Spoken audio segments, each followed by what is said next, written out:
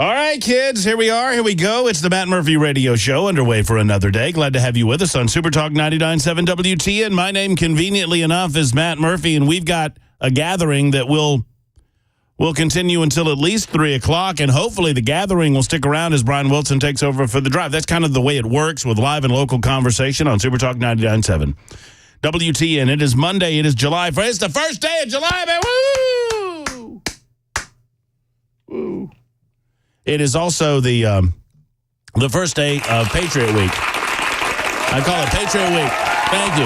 No, please. No, don't. I don't need your pity. First day of Patriot Week. No, okay. All right. Everybody said you in the back. You settle down in there. 2-drink minimum, sir.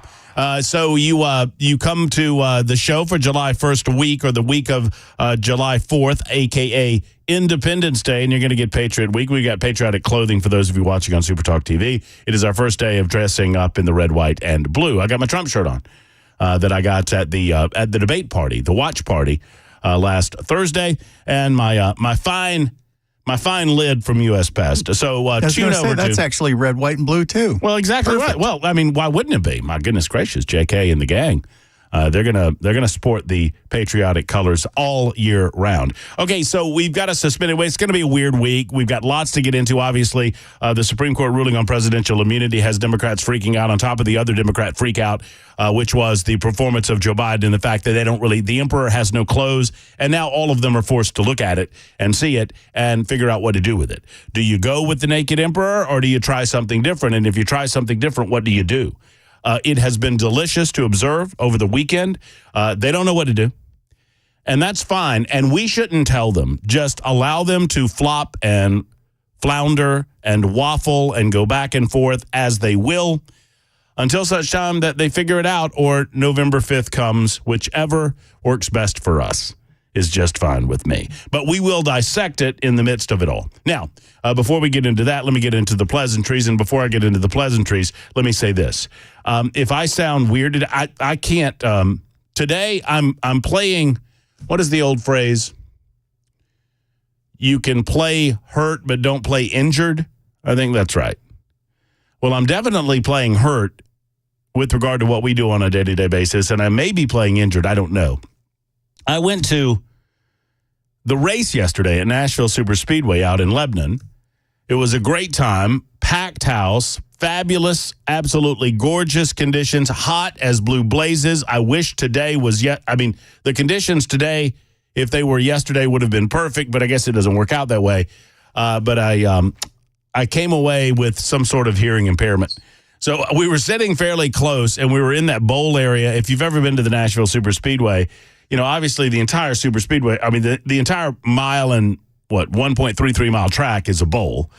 And then the sound just careens up that concrete and goes right up into the stands. And I thought we were far enough back that I did not need to get earplugs, but obviously I did, because after sitting for 3 hours listening to the cars go by again and again and again and again, you don't really realize what's going on in the moment.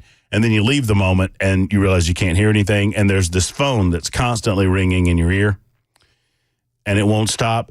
You ever try to blow your ears? You know what I'm talking about? Where you hold your nose and kind of, put pressure on your eardrums. You can't do that too hard. Otherwise you blow out your eardrums. Your brains leak out, according to my grandmother. But, you do that. Well, every time I did that yesterday, I could hear a phone ring. That's the only way I could describe it. Every time I would do it, and then I would hear. It was like an office phone, like one of those office phones from the late 1990s. Almost like a turkey. Only if a turkey were a telephone. If a turkey and a telephone had sex. Anyway, so I'm playing hurt, hopefully not injured. We'll get through it. My lack of ability is an opportunity for liberals who want to take advantage of me by dialing us up at 615-737-9986 or joining us on the membersnutrition.com super text line. I mentioned it's Monday, July 1st. It is Independence Week. We will be here today, tomorrow, and Wednesday, off Thursday and Friday. Capable hands on Friday. Best of programming on Thursday, as all of us here at Super Talk 99.7 WTN celebrate the birth of the United States of America through Independence Day. I try my best to say Independence Day. I don't say it that way all the time. I try not to say 4th of July because I do want to focus on the spirit of the holiday and the meaning of the holiday. I don't crack the whip like some do on it. Some of you you're very much gatekeepers with regard to saying Independence Day as opposed to 4th of July, and I understand that. I've heard well, you don't call Christmas the 25th of December. I get it. It's more than just a day on the calendar, and I appreciate that. And happy Independence Week. Let's celebrate not just this week, but all the year long. A lot of you are off this week. I noticed that on the roadways, and apparently at some point during our lifetimes, Bel K, people no longer took a couple of days off around the July 4th holiday or Independence holiday. They started just taking the week off because we were told that Saturday last was the busiest travel day in the United States of America so far this year. Oh, I heard it was ever. Well, I mean, maybe. Yeah, Matt, that's what TSA was reporting. Like 3.2 million people were screened this past Friday, and that is the most ever. The most people ever. I mean, that's the information you get from the news. I mean, that's incredible. Yeah. And it's bound to, we'll probably break more records this week. Yeah, well, we'll see. Matt, also today, July 1st, is halfway day. Oh, yeah, we're halfway home in the year. 183rd day of the year, 183 of them left. Oh, man. How about this? Talk about being halfway home or that 6 months go by and we're a quarter of the way through the century, which seems very odd. Yeah, your age, Jay, you'd think you want this to go a little slower. This is true. Yeah, at your age, Jay. Yes. At your age. At Bell's age, he's got his whole future ahead of him. Yeah, you young punks. All right, so Harper's in the newsroom. He's gathering headlines. Bell K's behind the glass, making sure that everything that comes out of our speaker sounds as good as humanly possible. He also keeps me straight on a day-to-day basis. Let's see. It's Locks for Trump Day 121. We'll get that out of the way. I'm growing my hair out, so you don't have to. I committed to do this on March 1st, that I would not cut my hair again until we have a new president-elect or a new president of the United States of America. Hopefully that happens on July 6th. Where I cut my hair after the aftermath of July 5th, which is the official election day, culminating election season. We'll see. It's day 121 of Locks for Trump. It's also day 602 of our proceedings here on Super Talk 99.7 WTN. We entitled them, well, actually, Bell entitles them. He refuses to go on Super Talk TV, YouTube, Facebook, Twitter, Twitch, but he does offer us a title from time to time. And today's episode on said same is entitled Matt Murphy, unconvinced that an entire Siberian Orchestra would be trans. I just don't know how you check. It's not that I'm not convinced. I just don't believe that they're checking. I think they're taking a lot of word. I think they're taking their word. There's probably some people in there virtue signaling who aren't really putting the work in. You know what I'm saying? Yeah. You get what I'm saying. Hey, did you see those Pride festivals over the weekend? Apparently they went off without a hitch. There was a melee in New York City. I mean, it just devolved into just this massive group of people fighting. And Hand was telling me about the quote-unquote celebration out in San Francisco, which I've got to look into, that involved it involved things that I'm uncomfortable. Look, I'm not uncomfortable talking about anything on the radio to a point. I'm uncomfortable talking about some of the things that apparently went on during the San Francisco Pride Festival, just out of general principle, that I don't think we need to talk about some of these things publicly, much less do them publicly, which is what they were doing in various city parks around San Francisco. What a gorgeous piece of earth that has been ruined by liberalism. San Francisco. Well, what kills me is I was watching Brad Palumbo's Twitter, he's one of the two people that run Based Politics, and he's gay. And he brought up a really good point that these wackos make the average gay man or woman look like they're nuts when really that's the fringe, and these people are demanding to be noticed. It's like you need to go back into the cellar where the weirdos belong.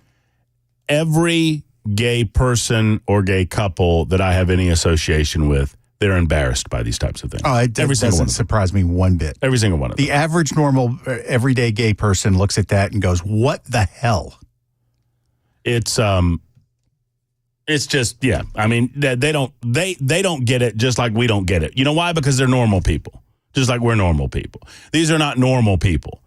These are whack jobs. No matter, I don't care what your sexuality is. The same thing can be said for a very minuscule minority of heterosexual people who are also whack jobs and want to have pools of urine in public, which is apparently one of the things that they had out in San Francisco at the Pride Festival. You proud of yourself? You proud? There's a pool of urine here. Are you proud? My God. Literally. My God. All right, 615-737-9986. Are you in the super text line there, Belkay? Or are we having trouble? I am not, but I can get in there. I'm not in there. It's telling me that my address is not found. Is there something that I need to know? Well, oh, wait. No, I got it. That's usually the first step to termination. That's what I thought, too. But, we're trying to get in there so we can get that up and running. Okay, so obviously a big ruling today regarding presidential immunity. It seems fairly common sense to me, but I'm going to go over it for you today during the Libertarian Lunchtime Hour. We'll have Riley Gaines on at 1:05. At least Riley is scheduled to be on at 1:05. Not in studio, Bell. Look, she was going to attempt to do the in-studio thing, but now it's become weird. I'm keeping it real, Bell. It's becoming weird. I think we need to de-emphasize. If we want her in studio, we got to de-emphasize the weird. I'm trying to help you. I don't need. I think we need to minimize the weird. The weird being, I demand to see her in my presence. That kind of stuff. I just think it's lazy. She lives in Hendersonville. She can't drive down here. If there's anything you think when you think Riley Gaines, it's lazy. Based on her swimming career, based on her what she's trying to do with regard to she doesn't want to come in because women's rights. She just wants to be sedentary and sit in her house. And she just wants to sit around and play video games and play with her cats and her support cobra. Oh, wait. I think I'm talking about somebody else now. Anyway, did you ever give the title? Did you do that? Yeah. Okay. See? Siberian Orchestra. Oh, that's right. Trans. I got it. I remember it now. All right. So let's talk about immunity. It seems fairly straightforward to me, but many liberals, they get confused when things don't go their way. It is one of my favorite things to do is to watch liberals act confused and befuddled over things that are not confusing or befuddling. But they're doing so because things did not go their way. And they cannot accept that things don't go their way. Liberals are much like children. If things do not go their way, they throw a hissy fit and they try to connive their way or loophole their way to a successful conclusion or a conclusion favorable to them. And so it was after everyone saw what we saw Thursday night, the liberals were scratching their heads, they were whining, they were crybabying for a little while, and then they figured out that, let's focus on Trump lied and, people died or whatever. And, Joe Biden might have lost a step. He might have lost a mile an hour or two on his fastball, but Trump's a liar, completely ignoring the obvious lies told by Team Biden and Joe Biden himself standing on the debate stage. We lost no troops in combat during my presidency, these types of things. I mean, obvious lies. Now they're engaging in obvious lies regarding the Trump administration and the Trump campaign. Kamala Harris over the weekend went out and said, Donald Trump said he wants to ban all abortions. Donald Trump actually said the exact opposite, ma'am. Donald Trump, potentially at his own peril, has staked out a position on that issue that it is up to the states individually themselves. There are plenty of conservative Republicans that would love to see a national ban on abortion because they truly believe abortion in any form is murder. Donald Trump refuses to go there, saying, look, we fought for 50 years for Dobbs v. Jackson. We got it back to the states. That's where it ought to be per the Constitution of the United States of America, and that's where I'm sticking. But that's not good enough for liberals. They don't have anything to run on other than Trump is evil, democracy dies, and abortion. Those are the three biggies. And ignore the rest of the stupid issues that don't look favorable for Joe Biden and his team. So in the aftermath of Biden fumbling and bumbling and not knowing what day it was, much less where he was, the liberals, screamed and yelled and gnashed their teeth. And then they haven't gotten over it. I've got a big take on that coming up later on in the show. But as far as this Supreme Court ruling goes, it's pretty straightforward. The executive branch of government enjoys immunity from prosecution while president for official acts. Why? Because if you did it any other way, the judicial branch could potentially become far greater in power than either the legislative or the executive branch. Secondarily, the legislative branch could, in effect, use the judicial branch and team up against the executive and fire off at him and diminish the powers of the executive branch of government. It is a matter of checks and balances. It is not a matter of anybody being above the law. It's a matter of a president of the United States being able to unilaterally do their duty without fear of prosecution because somebody disagreed with them. It's exactly the type of crap that's going on that our founding fathers wanted to prevent. The ridiculous lawfare that's happening as we speak is the reason the Supreme Court ruled in the manner that they did, because that is consistent with what the founding fathers wanted to prevent, which is an out-of-control legislature, an out-of-control opposition party, or an out-of-control Justice Department politically going after the executive branch for their own purposes and claiming that it's in the spirit of the rule of law, which is not what's happening. And so the Supreme Court said, well, obviously the president has immunity while president in his capacity and in doing official acts. And obviously he doesn't have immunity for any unofficial act. So all of these liberals running around, Gloria Johnson, who's either stupid or lying or both. Gloria Johnson, a woman running for the United States Senate in the state of Tennessee, came out, posted this ruling, and said, hell, even Putin has to pretend he didn't kill his political enemies. Now U.S. presidents can do as they please. Thanks, corporate-owned SCOTUS. Ma'am, you are either really dumb or you're really lying. Either way, if you had any shame, you would be ashamed. Did you not bother to read a synopsis of the ruling? Or are you just lying to stupid people that follow you? Oh, yeah, that's it. Nothing gets me angrier. If you want to know what really sets me off, what will cause me to kick a Heidi Campbell out of my studio, what will cause me to go off on a politician, regardless of whether they have an R or a D behind their name, it's that politician treating the public of Tennessee like we're dumb, or treating the American people like we're dumb. Peeing on our leg and telling us it's raining. Oh, it's raining. Did you read the ruling, ma'am? No, you're just mixing subjects. No, that's true. I mean, all you have to do is go read it. It clearly states that there is a difference between official and unofficial acts. And oh, by the way, Donald Trump was obviously acting in his official capacity. What it also said is, you don't get to presume the worst. And this is my favorite part of the ruling, and we're going to discuss it in a moment. We're going to take your telephone calls in a moment. I'm all fired up. I can't hear a damn thing, but I'm all fired up and ready to go on Super Talk 99.7 WTN. 615-737-9986. It's a Monday edition. It's Independence Week. God bless America on Super Talk.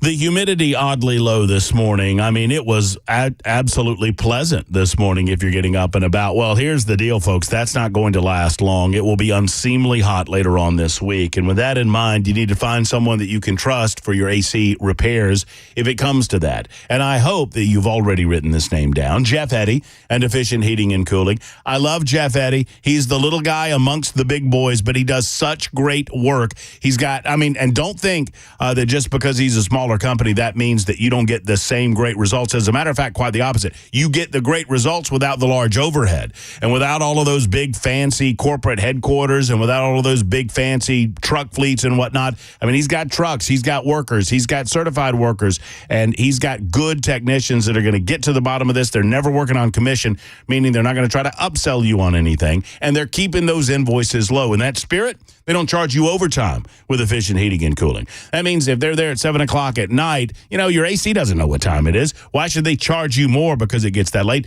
Jeff Eddy wants to keep those invoices low to keep your AC up and running and functioning as best as it possibly can. And when it's time to replace our Elite Pro partner with Rheem, find out more by calling Efficient Heating and Cooling at 615-784-4424, 784-4424, or efficienthvac.net.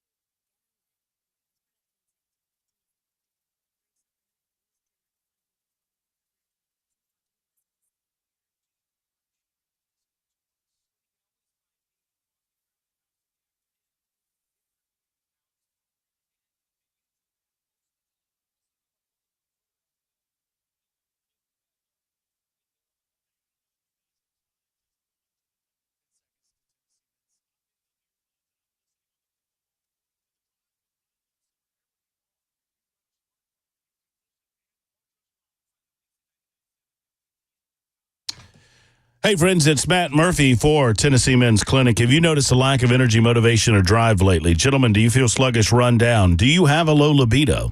These are questions that you can ask yourself as you're listening to Matt Murphy talk in the afternoon hours on Super Talk. But here's the deal. If you ask yourself these questions and you come up with some yeses, it does not matter how many times you ask the question if we're not going to take action and do something about it. It could be low T. It could be something else.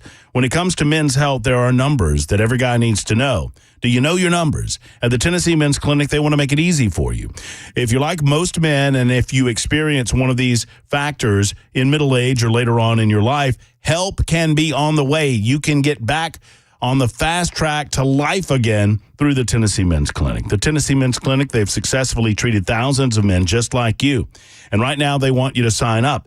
Go ahead and make the call, make the sign up, and get in there, and let's take action on these issues and get it past us. One of the biggest complaints we hear from men is that they did not do it sooner. 615-208-9090. That's 615-208-9090 or TennesseeMen'sClinic.com. Tell them Matt Murphy sent you to the one and only Tennessee Men's Clinic. There's two locations, one in Cool Springs, the other in Midtown. Pick your location, and let's get back to action, men, with Tennessee Men's Clinic.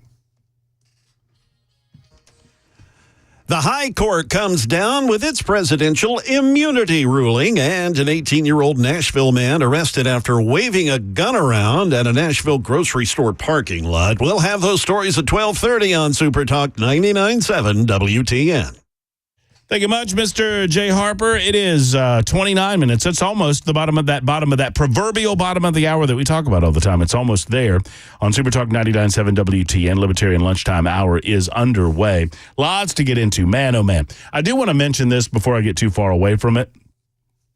Jerry from Tullahoma, if you're listening, good to meet you yesterday at the race. I promised Jerry I'd give him a shout-out. I think he said Tullahoma. I think I have that right. Jerry, if it's wrong, hit me up, man, 615-737-9986. But I think you said, I said it correct. He asked me, I had my shirt on, Bell, with my Murphy on the shirt. You know, the one I gave you? No. Of course not. No. Why would I wear that? The one you gave me is black. Why would I do that? Actually, the other shirt I wear was great. No, my oil change shirt. My works at a gas station. Oh, the one from the station in Birmingham. From Talk 99.5 in Birmingham. Shirts that I put together, by the way, and I think they would be great shirts for us here at Super Talk, but that's another matter for another day. So I had it on, and a guy in the parking lot walked up to me, and we were my buddy Kerry and I going to the race, getting out of the truck, getting ready, getting your stuff, getting ready to walk over. And guy walks up to me in the parking lot, and I'm getting something out of the cooler, and he says, "Murphy." And I went, oh, you know how it is when you're with your friend. Oh, well, pardon me, I have to be important here. I'm a well-known figure here. Excuse me. Oh, hello, fair listener. How are you? And I said, hey, how's it going? I was like, hey, how's it going? What's up? And let me guess. He goes, I will end you. He said, oh, what's up with you or something? He's speaking with what was obviously a across the pond accent. And I said, you listen to the show? And he goes, what? And I said, you listen to the show? And he goes, no, your name's just on your shirt. But it's nice to have that ego put into check every once in a while. I'll tell you more of that story coming up. But eventually, Jerry repaired my ego for me because Jerry noticed my voice. He was sitting behind us in the stands, and he knew who I was. So that's nice. 1 out of, 80,000. It's 31 after the hour, and it's time for Jay Harper and the news on Super Talk.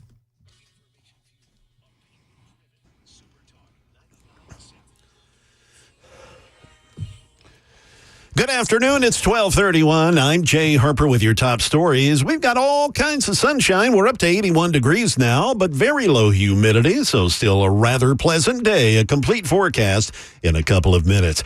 In a historic ruling this morning, the Supreme Court rules while former President Trump has some immunity from criminal prosecution on official acts, unofficial acts could still be criminal and could be prosecuted, leaving many of the specifics on President's looming critical case in the hands of the lower courts. Here's ABC's Peter Hamlambus. He's got more information. It's now with Judge Chutkan to determine whether or not Trump's interactions with the vice president, state officials, certain private parties are considered official acts. And not only will parsing that out take a while for the trial judge in this case, but the decision there could likely be appealed once again and lead to a further delay. Back here in Music City, an 18-year-old man, Robert Turner, he's facing a felon in possession of a firearm charge after police say he was walking around a Kroger in the Haynes Park area, and he was waving a gun around, threatening to shoot people. Channel 4 says Turner claimed the gun was for protection because somebody was pointing a gun at him. Well, his bond, as he sits in the pokey, is set at $50,000. That is the latest news. Weather's next. I'm Jay Harper, WTN News.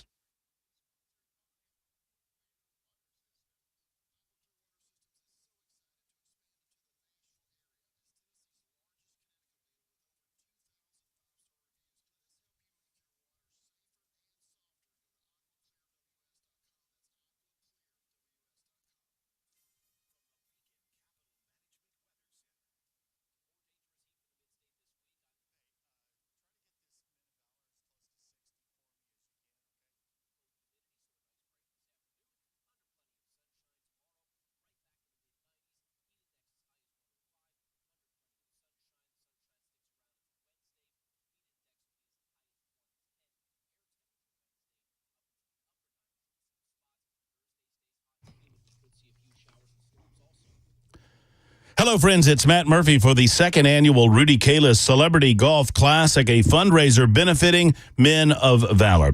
Men of Valor is a wonderful organization that works to reconcile men to God, their families, and society. It truly is a ministry of hope, and it truly is a pleasure to be a spokesperson for Men of Valor.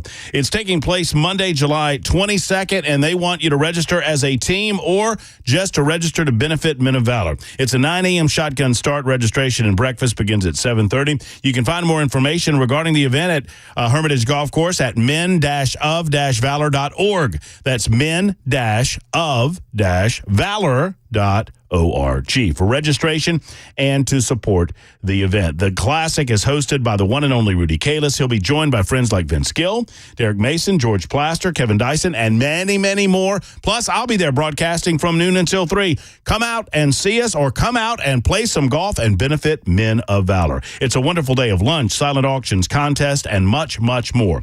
Men of Valor. Go to men-of-valor.org.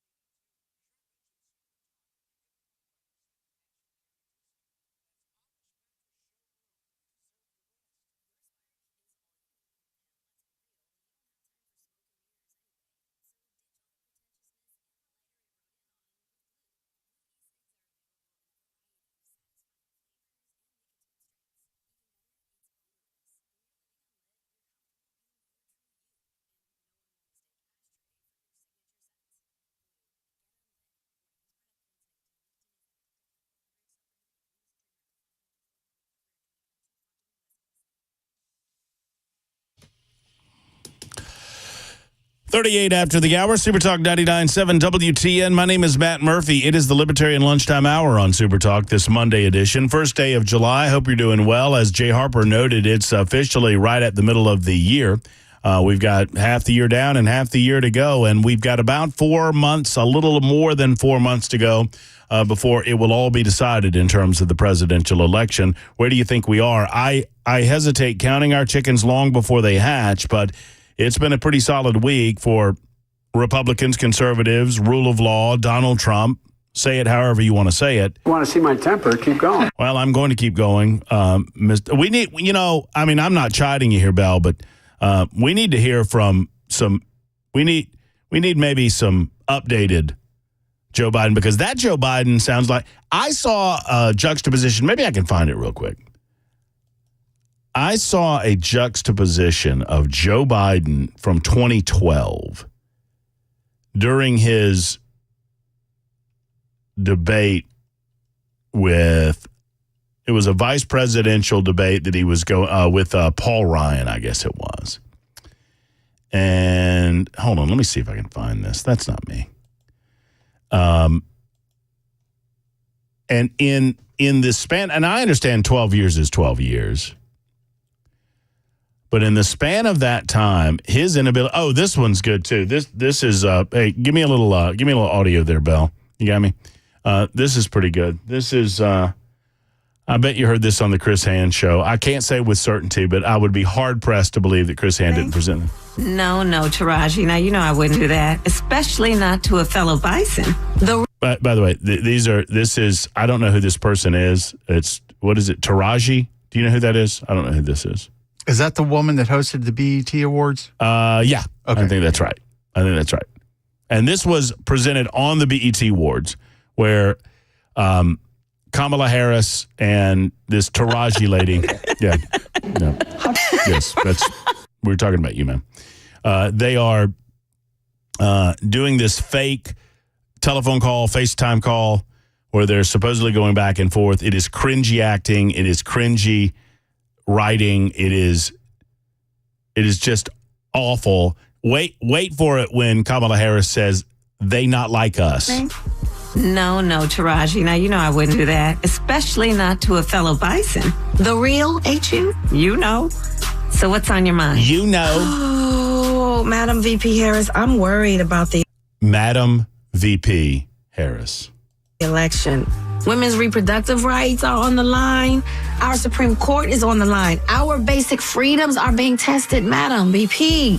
Madam I know you've been VP. traveling across the country. What are you hearing? Yeah, girl, I'm out here in these streets. And She is so street. Her cred is just not here in these streets. You haven't been outside of a limo on a street in I don't know how long. Oh, what did she think she's talking to Willie Brown? One of the things that I love about her Twitter, dude, is she's constantly saying, Joe Biden and I, Joe Biden and I, Joe Biden and I.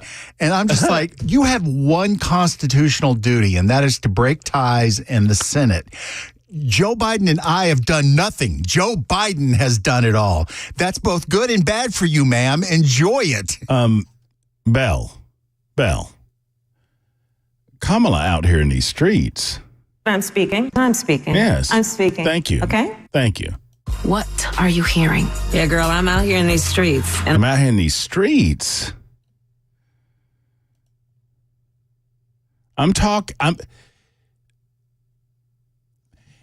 cringy is it that two black people are reading from a script that was clearly written to, quote, sound black? And they can't pull it off.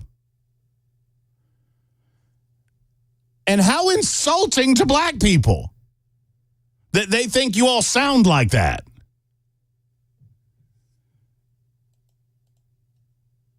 It would be, would you not like to see Donald Trump do his version of this? Sitting on the back of a pickup truck, drinking, derp, derp, derp, hell yeah, woo, boo, boo. Like a redneck. I know you've been traveling across the country. What are you hearing? yeah, girl, I'm out here in these streets. And let me tell you, you're right, Taraji. There is so much at stake in this moment. The majority of us believe in freedom and equality. But these extremists, as they say, they not like us. They not like us. They not. There's a full-on attack on our fundamental freedoms. The freedom to vote. Yep. The freedom to love who you love. The freedom to be safe from gun violence. The freedom for a woman to make decisions about her own body, not having her government tell her what to do. Mm-hmm. So there you Unless go. it's a vaccine. Oh, yeah. Well, of course. That's Kamala Harris. I just happened upon that as I was looking for the Joe Biden. My apologies. I got a little squirreled there, but that's delicious audio from Kamala. And what's the woman's name? I can't remember her last name, but I actually watched the tail end of that broadcast, and it was just, it's time I'll never get back. No. All right, this is what I was looking for. This is Joe Biden debating Paul Ryan in 2012. He was vice presidential candidate with Barack Obama. He was vice president at the time, debating candidate Paul Ryan, who we all thought was a conservative at the time. Remember those good times? That was fun.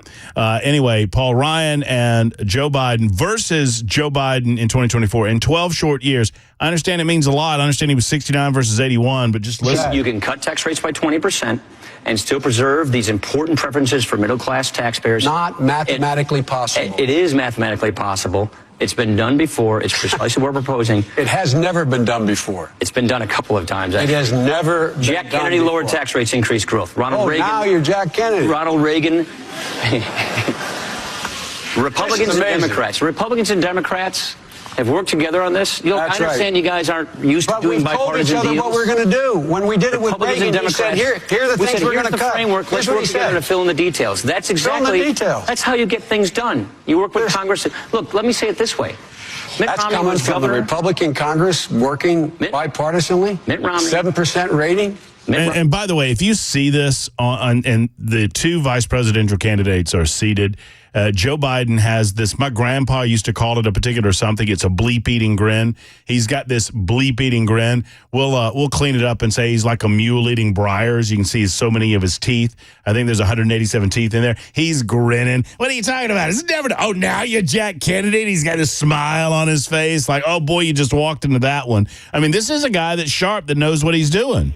You can see he is 6'5" and only 223 pounds, or 235 pounds. Well, you said 6'4", 200. Well, anyway, that's what anyway, just take a look at what he says he is, and take a look at what he is. Look, I'd be happy to have a driving contest with him. I got my handicap, which when I was vice president, down to a 6.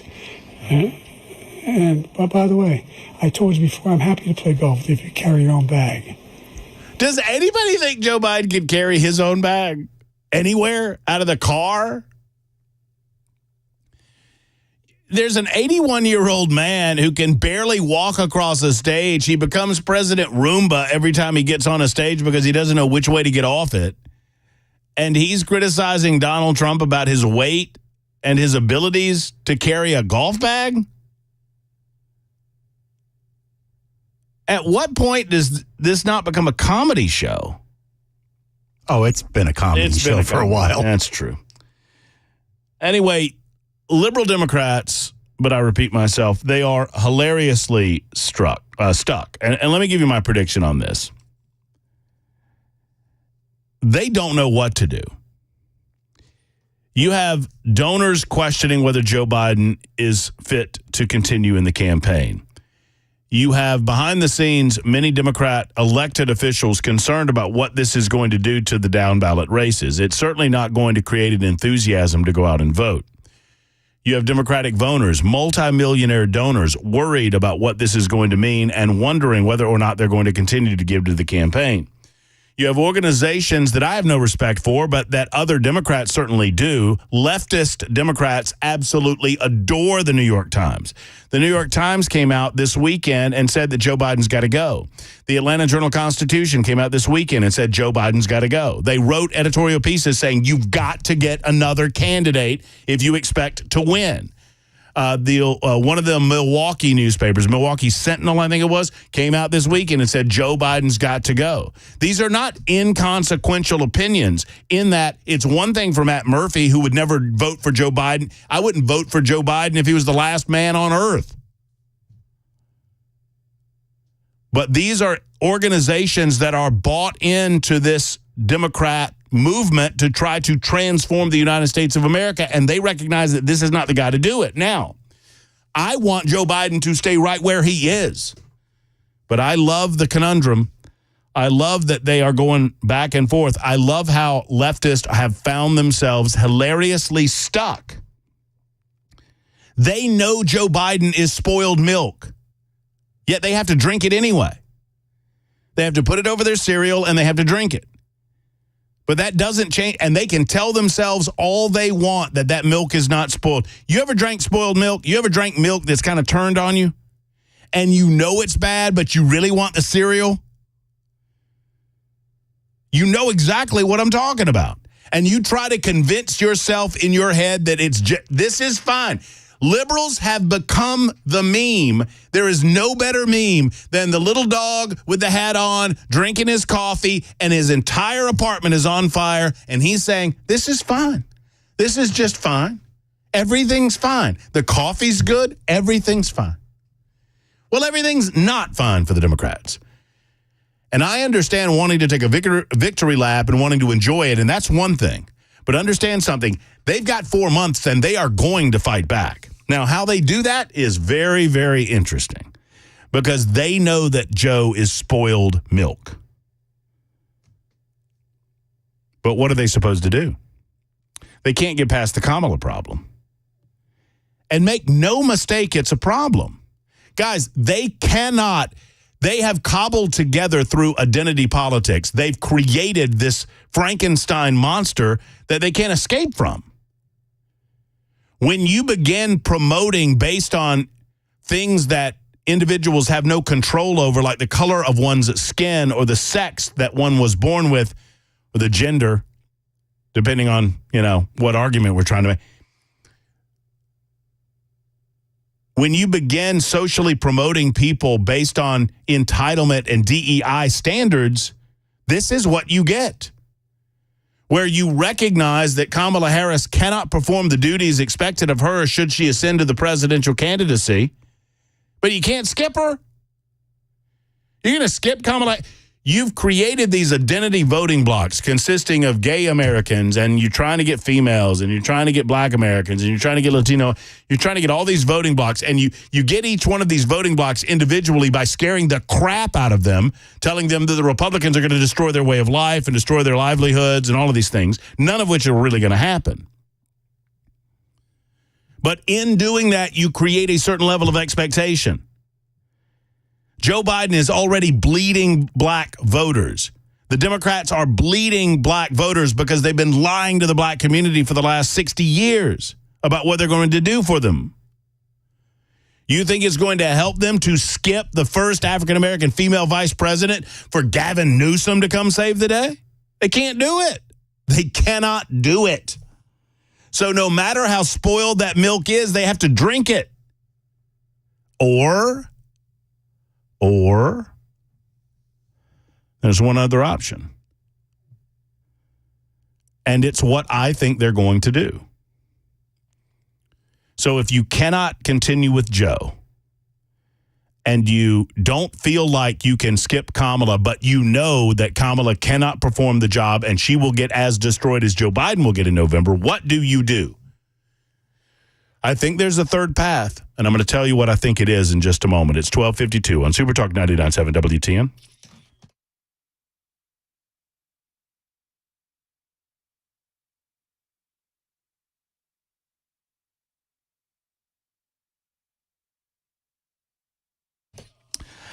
Wearing my patriotic trucker from U.S. Pest today. If you're watching on Super Talk TV, U.S. Pest brings you Super Talk TV in part, and we appreciate J.K., Erica, and the rest of the team, not only for what they do for the Tennessee community with regard to pests and bugs and other creepy crawlies in your house, but also their belief and love in the United States of America. They truly do love this country, and I knew that from the moment I met J.K., his wonderful wife, the way they do their business, the way they believe in helping and supporting their employees, the good employees. They get the benefit of that. I mean, they just rise through the ranks, and they only hire the best possible people. I met a young man by the name of Jesse on my own. He didn't know who I was. He came over to the house, wanted to promote U.S. Pest. What a great young man, a residential inspector in my neighborhood recently. I want you to meet someone from U.S. Pest yourself. Why not call and make an appointment so they can give you a free pest inspection? They're not going to try to upsell you on anything. Just going to identify bugs on your property, possible termite situations on your home. Bugs are little communists. They're going to come in. They're going to take over if you let them. But you have to protect yourself through U.S. Pest. Go to uspest.com to find out more about their free home inspection, their full-service pest control, their full-service termite protection, or give them a call today at 590-1260 for U.S. Pest.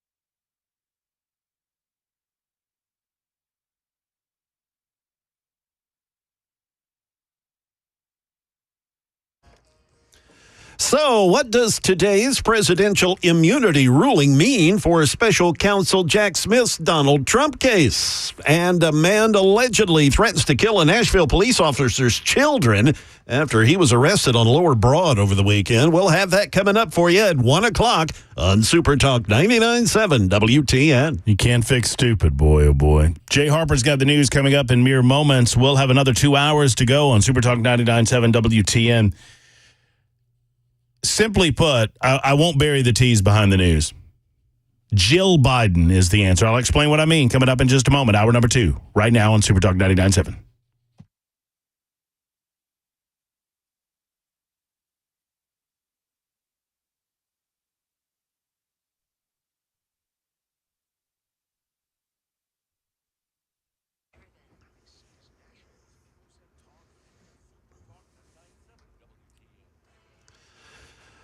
Good afternoon. It's 1 p.m. I'm Jay Harper with your top stories. We've got plenty of sun, some low humidity, and a fairly pleasant 81 degrees. We're about 15 degrees cooler than we were this time on Friday, so we'll take it. We'll get you a full forecast here in a couple of minutes.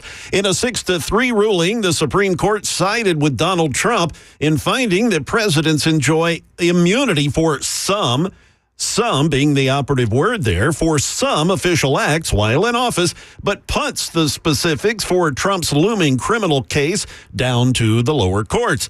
ABC's Pierre Thomas, he's got more on what this means for special counsel Jack Smith's case. I think it's fair to say, based on my conversations with sources, that DOJ and the special counsel are having to take a step back to have a better understanding, a clear understanding of the practical implications of this ruling by the Supreme Court. Now, clearly, the chances for a case moving forward before the November election, 0. Back here in Nashville, an intoxicated man was arrested on Lower Broadway in Nashville after police say he resisted arrest, headbutted a cop, and threatened to kill the police officer's children. Shane Martin, 33, he's charged with assault on an officer, public intoxication, disorderly conduct, and resisting arrest. A Metro officer was flagged down Saturday night by a security guard at Honky Tonk Central after Martin tried to start a fight with another guy. That's according to police. Police told Martin to leave the area after they saw him shove a hot dog vendor, but he refused to do so. He was taken into custody after violently resisting, according to the affidavit, and he was transported to Metro Jail, where he remained as of this morning. That is the latest news. We've got weather next. I'm Jay Harper, WTN News.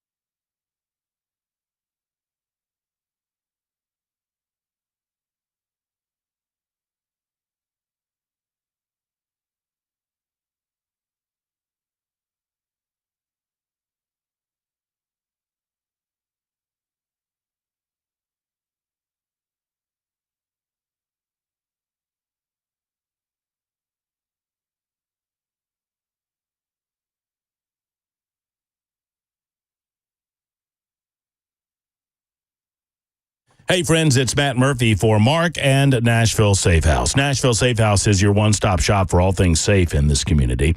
And when I think all things safe, I think all things Nashville Safe house. What does a safe do for you in your home? Well, it can protect the things that protect you, primarily your guns. Your Second Amendment rights need to be protected within your home as well, from theft or from fire. And you can do that with a safe from Nashville Safe House. They have plenty of gun safes, and every single safe at Nashville Safe House is sales tax free. They also have jewelry safes to help protect your valuables. If you've got important paperwork that you need to protect from fire, you know, we talk about theft quite a bit, and rightly so. I mean, break-ins are on the rise in and around Nashville, but we needed to protect from fire as well. So whether it's a safe, a corporate safe, they've got those as well. They've got tornado shelters for you. They've got biometric safes that you can keep at the bedside to keep your gun safe and sound and to keep your family safe from break-ins or intrusion.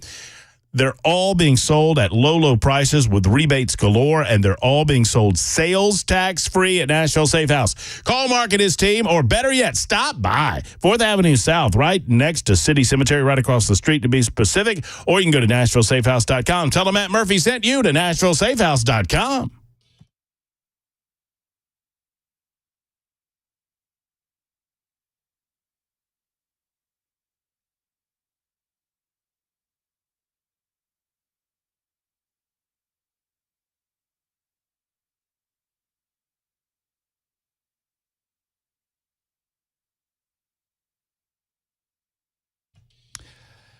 Super Talk 99.7 WTN, Matt Murphy and you. Thank you for being with us this Monday edition. It is July 1. Happy July to you.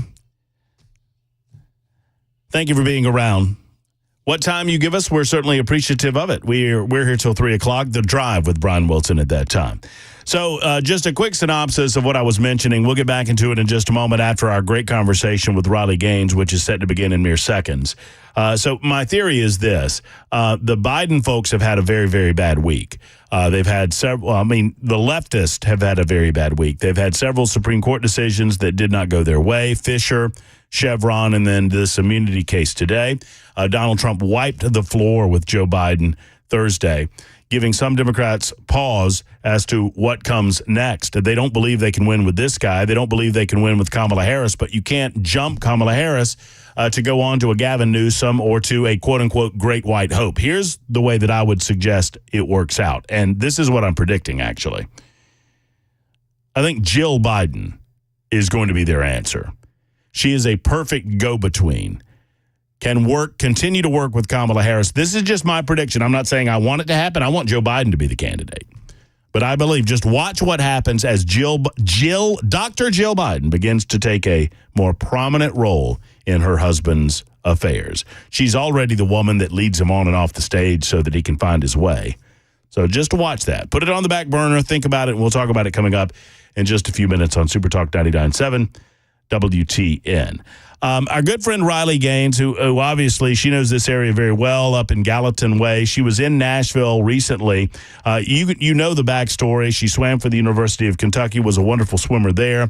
Eventually came to national prominence because, sadly, the NCAA allowed a transgender athlete to compete against her and to get on the podium with her and to speak on some recent things that she's got going on and her continued fight on Title IX. We welcome back to the show Riley Gaines. Riley, how are you? Hope you're well. Hey, Matt. I am doing fantastic, and I am glad to be on with you. You are the busy. I love how busy you are. I hate it and I love it. I wish you weren't this busy because I wish we had all of this nonsense behind us, but I'm so happy that you're out there fighting the good fight. I bet 2 years ago you would have never predicted this for yourself, right? No way. How could I have? This is never, of course, never a position that I imagine myself personally in, but just never a stand that I would have thought it would be necessary for anybody, never mind. It's I would say a large factor in the presidential debate.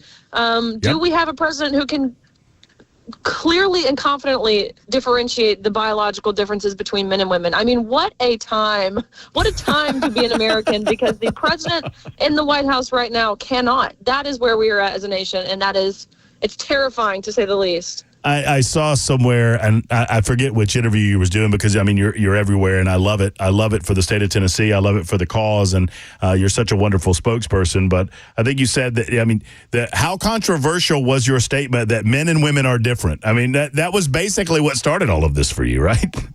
Boom. That's it. That's my whole shtick. I'm like a one-trick pony. That's it.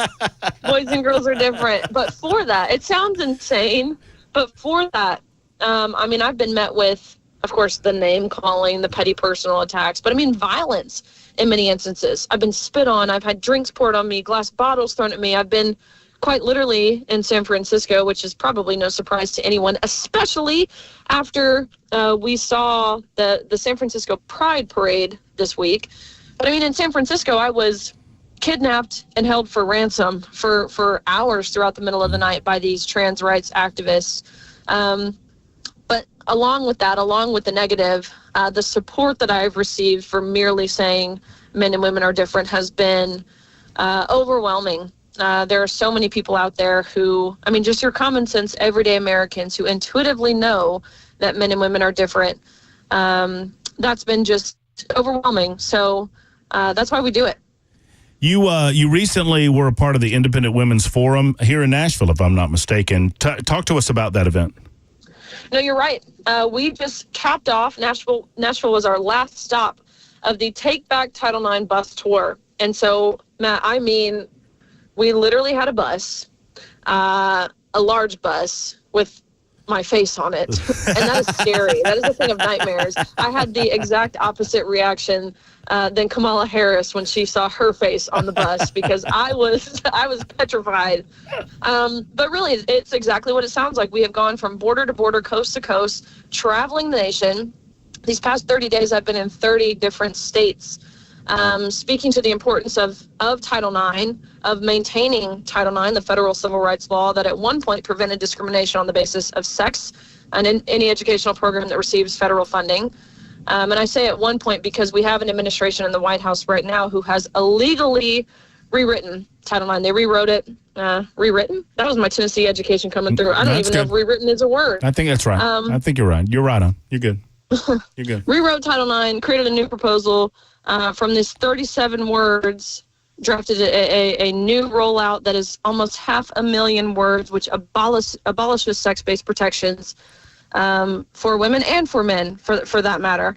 And so just shedding light on this, reminding people why this is fundamentally important, whether you have a daughter or not, whether your daughter plays sports or not, whether you're old, young, man, woman, white, black, regardless of any identity factor, why this should matter. Because if we have a president who, again, cannot say on public record that men and women are different, actually, I'll go further, who says on public record that men and women are the same, interchangeable, it's synonymous, gender identity and sex, then his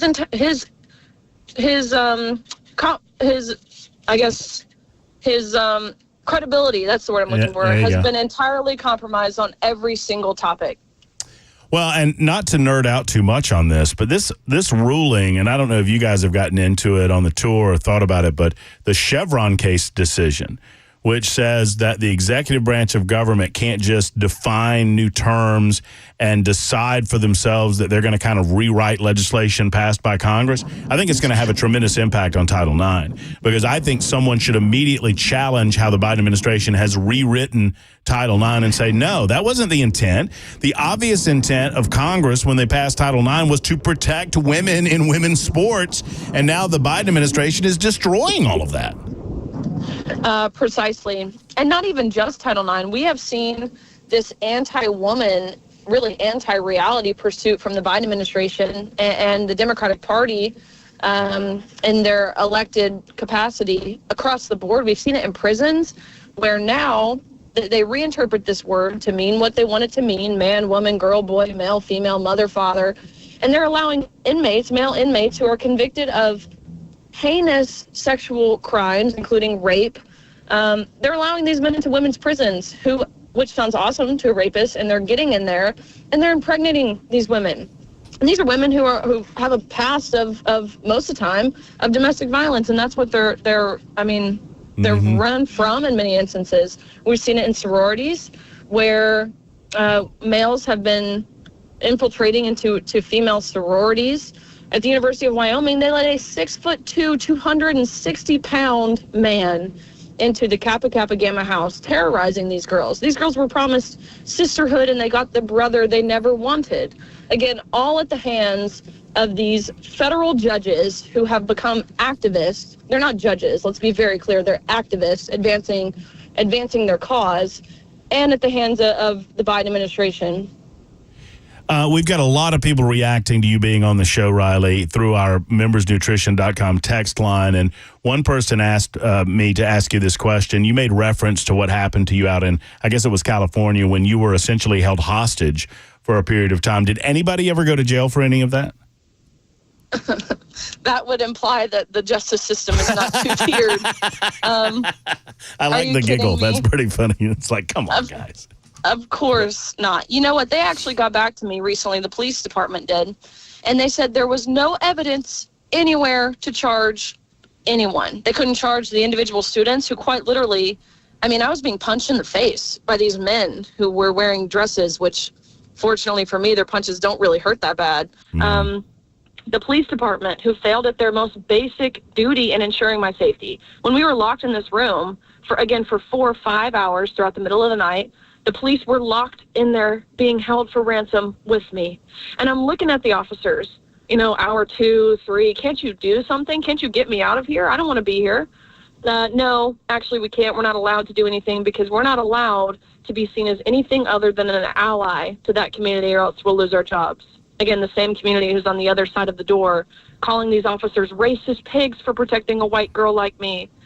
They didn't hold the school accountable, the school who sent out a university-wide email to the entire student body, to faculty, professors the next day that said, we are so proud of our brave students for handling Riley Gaines in the manner that they did. We know how deeply traumatic her presence is on this campus, and so here are some counseling resources for you guys. Take the day off of school. Just know we see you, we hear you, we love you, and we stand with you.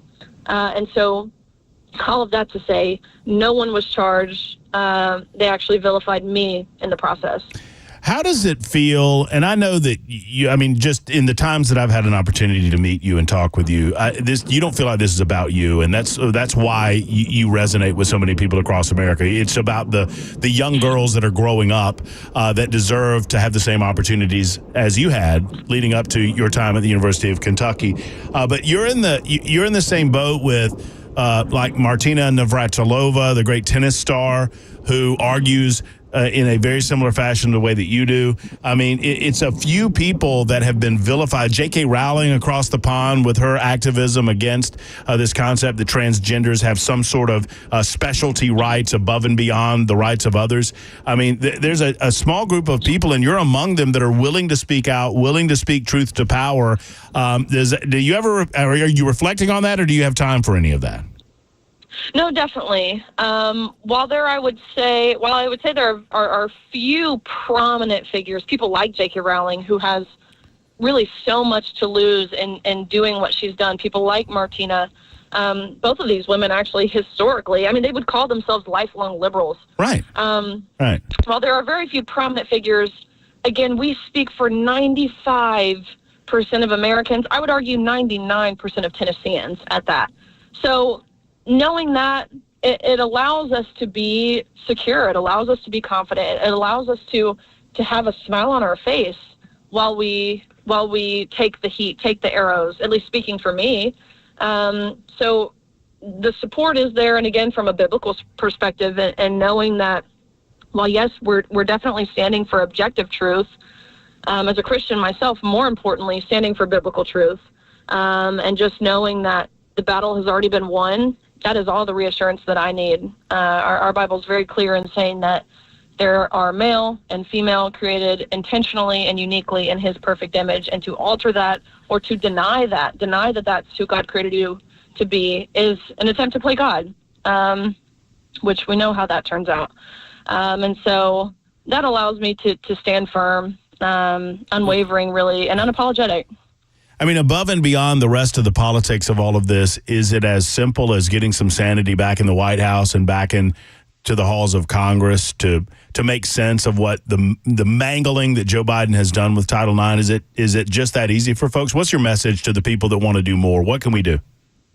Well, yes, I certainly do believe that needs to be restored. Common sense.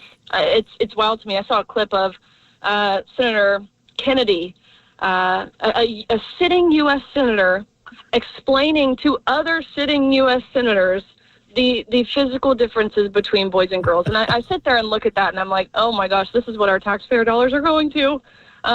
This is insane. So yes, we do need common sense restored down in D.C., the swamp, but at every level. We need it at local levels, at the school board. We need it at the state level. We've got people in office here in our state with an R by their name, mind you. Okay, people think, oh, it's Tennessee. We don't have to worry. We're safe here.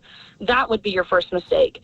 And assuming that this isn't happening here because we're in Tennessee, that could not be further from the truth. I would argue that we're most susceptible, these conservative states, we are most susceptible to the infiltration of the gender ideology movement, to the sexually explicit books in schools, to the dismantling of parental rights, and to the dismantling of women's rights, and ultimately the ability to get rid of maintaining innocence for children. And so what we can do as everyday people is, one, defend your kids. It's really that simple. I have so many parents who will reach out to me and say, thank you for doing what you're doing, because I can't defend my daughter because I work in corporate America. What a coward you are. Do I have to care about your kids more than you do? What a sad reality. That's not to say I don't think that the threats and risk exist. Of course they do. But at what point are you willing to ensue the risk? And if it's not for your kids, then what is the hill you're willing to die on? So defend your kids, teach your sons how to be strong men. I think that's another reason why we are a nation in decline, is because we are governed and led by weak men across the board. Corporate America, academia, the government, the media, even seemingly our spiritual leaders have become weak. They don't want to touch these topics that are deemed controversial. Well, I want to say it is not controversial to say that women and men are stating. No, I mean, and it's common sense. And sadly, we have U.S. Supreme Court justices sitting on the bench that can't make the distinction between male and female. But thankfully, we have people like you that are leading the charge with the Independent Women's Forum and other organizations doing just that. And we are just blessed to have you from right here in the state of Tennessee. Riley, thank you so much. I would be remiss if I didn't say that Belle K wants to see you in studio next time you're on. So, you got to do what you got to do. Best. Come on. All right. You guys are the best. All right. Take care. Thank you, guys. All right. See you soon. There's Riley Gaines joining us for a few good moments as she continues her independent way. I got it in, Belle, right at the end there. I honestly think that's the most famous woman who's ever lied to me. You think? Yeah, she ain't coming in here. Oh, come on. It's not going to happen. You've had plenty of famous people lie to you. Oh, well, yeah. Musicians. Yeah, but I mean, Riley's right up there, but I mean, you've had surely, I mean, you've had conversations with, the Bangles or... I'm trying to think if Alanis Morissette ever lied to me. I don't think she did. How sad is it that the first female musician that I thought of was the Bangles? I think Louise from Veruca Salt probably lied to me. What? Veruca Salt? Yeah. As in Willy Wonka and the Chocolate Factory? Yeah, that's where they got their name. Oh, wait, there's a band named Veruca Salt? God, you're so out of it. What? You're so not hip. Violet, you're turning violet, Violet. You're right. It didn't bother me. I've said this before and I'll say it again. It never bothered me when I realized I was no longer cool. It did bother me a little bit when I realized I never was. No, you were. I don't know. 23 after the hour at Super Talk.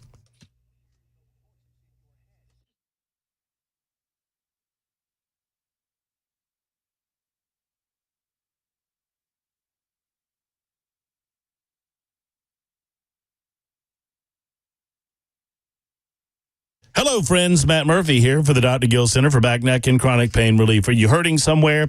Are you planning 4th of July or Independence Day activity and you're hesitating to get into too much with regard to pool activity or beach activity because of pain in your neck, in your back, in your hip, in your elbow? Wherever it hurts, let the Dr. Gill Center tackle that, and they will take care of the hurt without you having to pop pills, without you having to consider taking shots.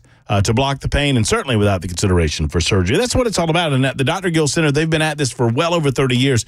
They were the first center to bring spinal decompression technology into our community, into Middle Tennessee. They were on the forefront of that, and they're on the forefront of other industry-defining equipment like their Class 5 laser system, the red light therapy system, as well as that spinal decompression. It's all designed to do one thing, alleviate pain in the body, whether it's structural or spinal in nature, or if it's soft tissue, they can reduce pain, accelerate healing, and reduce swelling, all in the process of alleviating that pain from your body.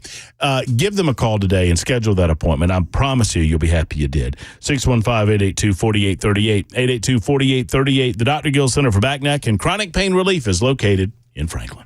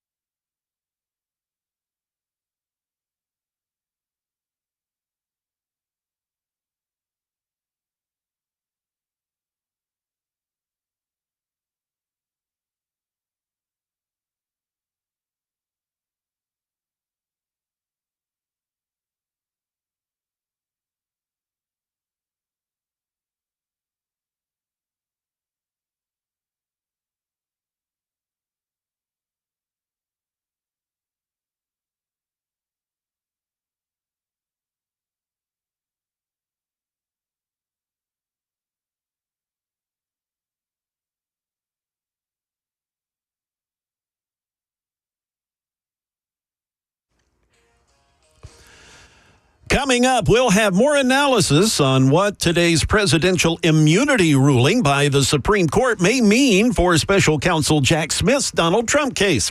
And a Putnam County man who took off in a police cruiser, he's still on the loose. We'll have those stories at 1:30 on Super Talk 99.7 WTN. Thank you much, Jay Harper. There's a new report out indicating that, or a new article out indicating that Joe Biden's aides know not to schedule things before 10 a.m. or after 4 p.m. because the only time that they have confidence that he can be anyway competent is between 10 a.m. and 4 p.m. That's real.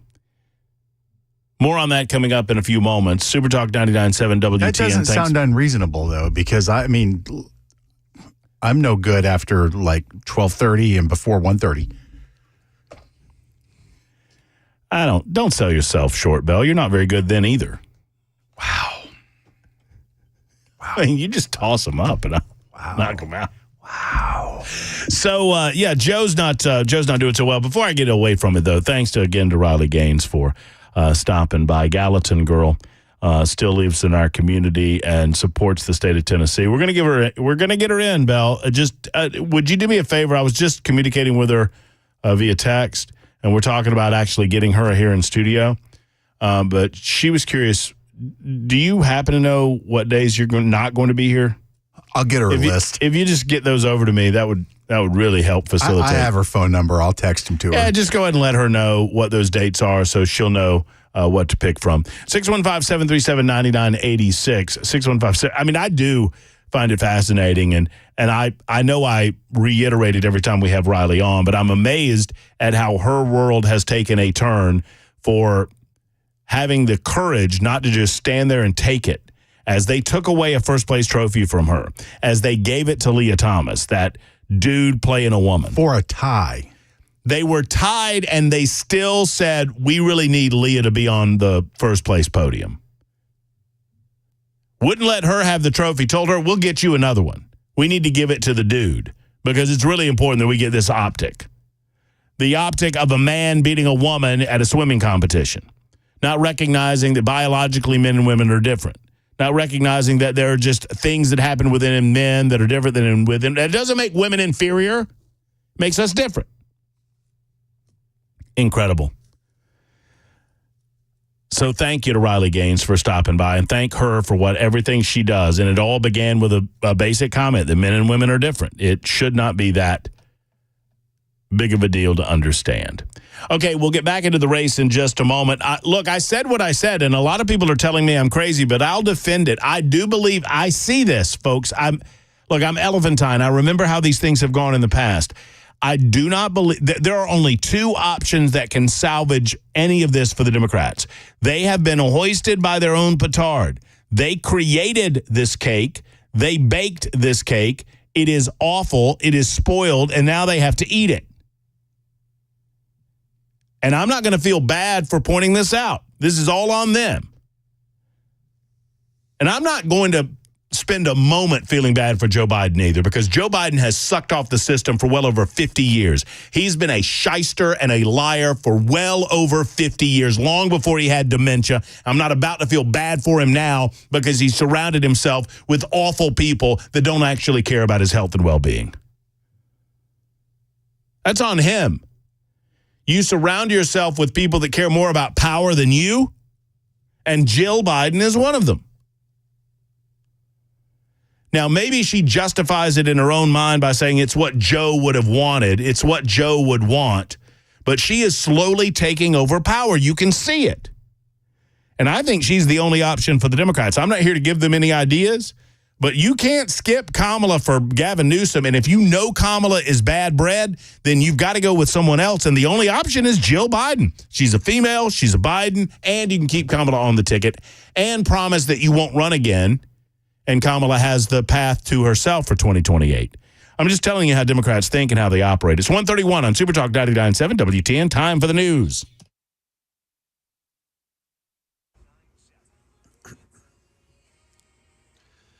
Good afternoon, 1:31. I'm Jay Harper with your top stories. We've got a whole bunch of sun. We're up to 82 degrees. The humidity, respectable. We'll have a full forecast in a couple of minutes.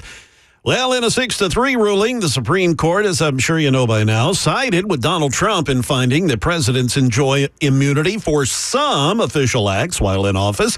But where that immunity ends for Trump's looming criminal case appears to be up to the lower courts for now. Here's ABC's Devin Dwyer to explain. Chief Justice John Roberts did go so far as to say certain core actions, appointing ambassadors or vetoing bills, are absolutely immune, no question. But then the court today in its conservative majority laid out a bit of a test and saying that within the bounds of the office, certain things can be immune and certain things may not be immune. But the court said because this area of the law is so undeveloped and untested that it wants the lower court in this case to begin to sort of hammer that out. Back here in Tennessee, the search still on for a man who stole a highway patrol cruiser to get away from an arrest in Putnam County.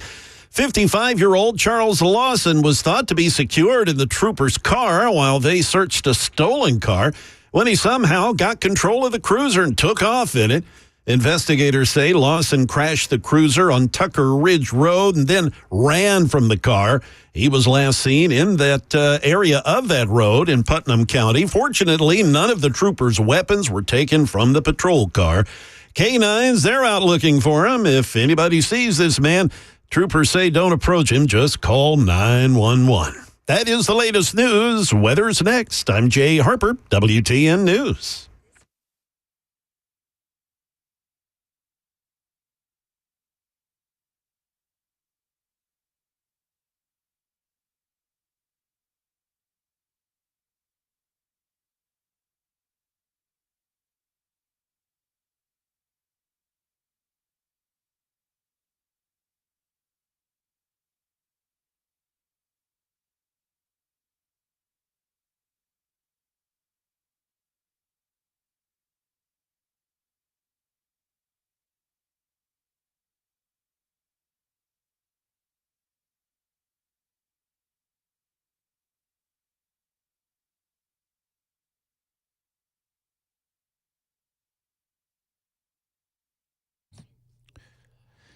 Hello, friends. Matt Murphy for USS. It's United Structural Systems. They've been keeping homes stable and dry now for well over 30 years. As a matter of fact, they just officially had their 30th birthday last month. And friends, if you want to wish them a happy birthday, or more importantly, if you want to make sure that your home is stable and dry and it's going to stay that way, you need USS in your life, United Structural Systems. Foundation repair, waterproofing, and yes, concrete leveling through their incredible polylift system. It's less expensive than concrete replacement. It gives you higher load capacities than other approaches, such as this mud jacking approach. You don't need that. You need the polylift system with no color change in concrete. If you have an issue with your concrete cracking and maybe you've had some settling of concrete, you need to get with USS. Don't put up with this, friends. USS, United Structural Systems. They're going to keep your home stable and dry. They're going to keep that concrete right, too. Go to USSTN.com. That's USSTN.com, or give them a call at 615-488-7855. 488-7855. Tell them Murphy sent you to the one and only USS. They guarantee their best. Serving Middle Tennessee and Southern Kentucky since 1994. Call them today.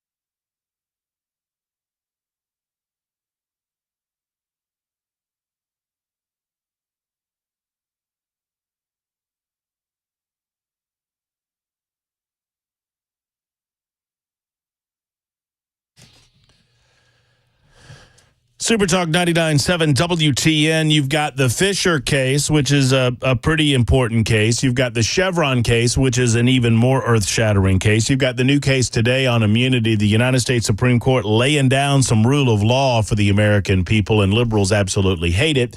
We're discussing it today on the Matt Murphy Show on Super Talk 99.7 WTN. Also offering my prediction. It's a bold prediction, and I understand that it's a bold prediction. I would suggest to you that it is up in the air. It's 50-50 whether or not the Democrats replace Joe Biden at all. They have put themselves into this situation, and now they don't know how to get out of it. We have spoiled milk in the fridge, and there's nothing that they can do about it. Sorry, I dropped my pen. Dems are hilariously stuck.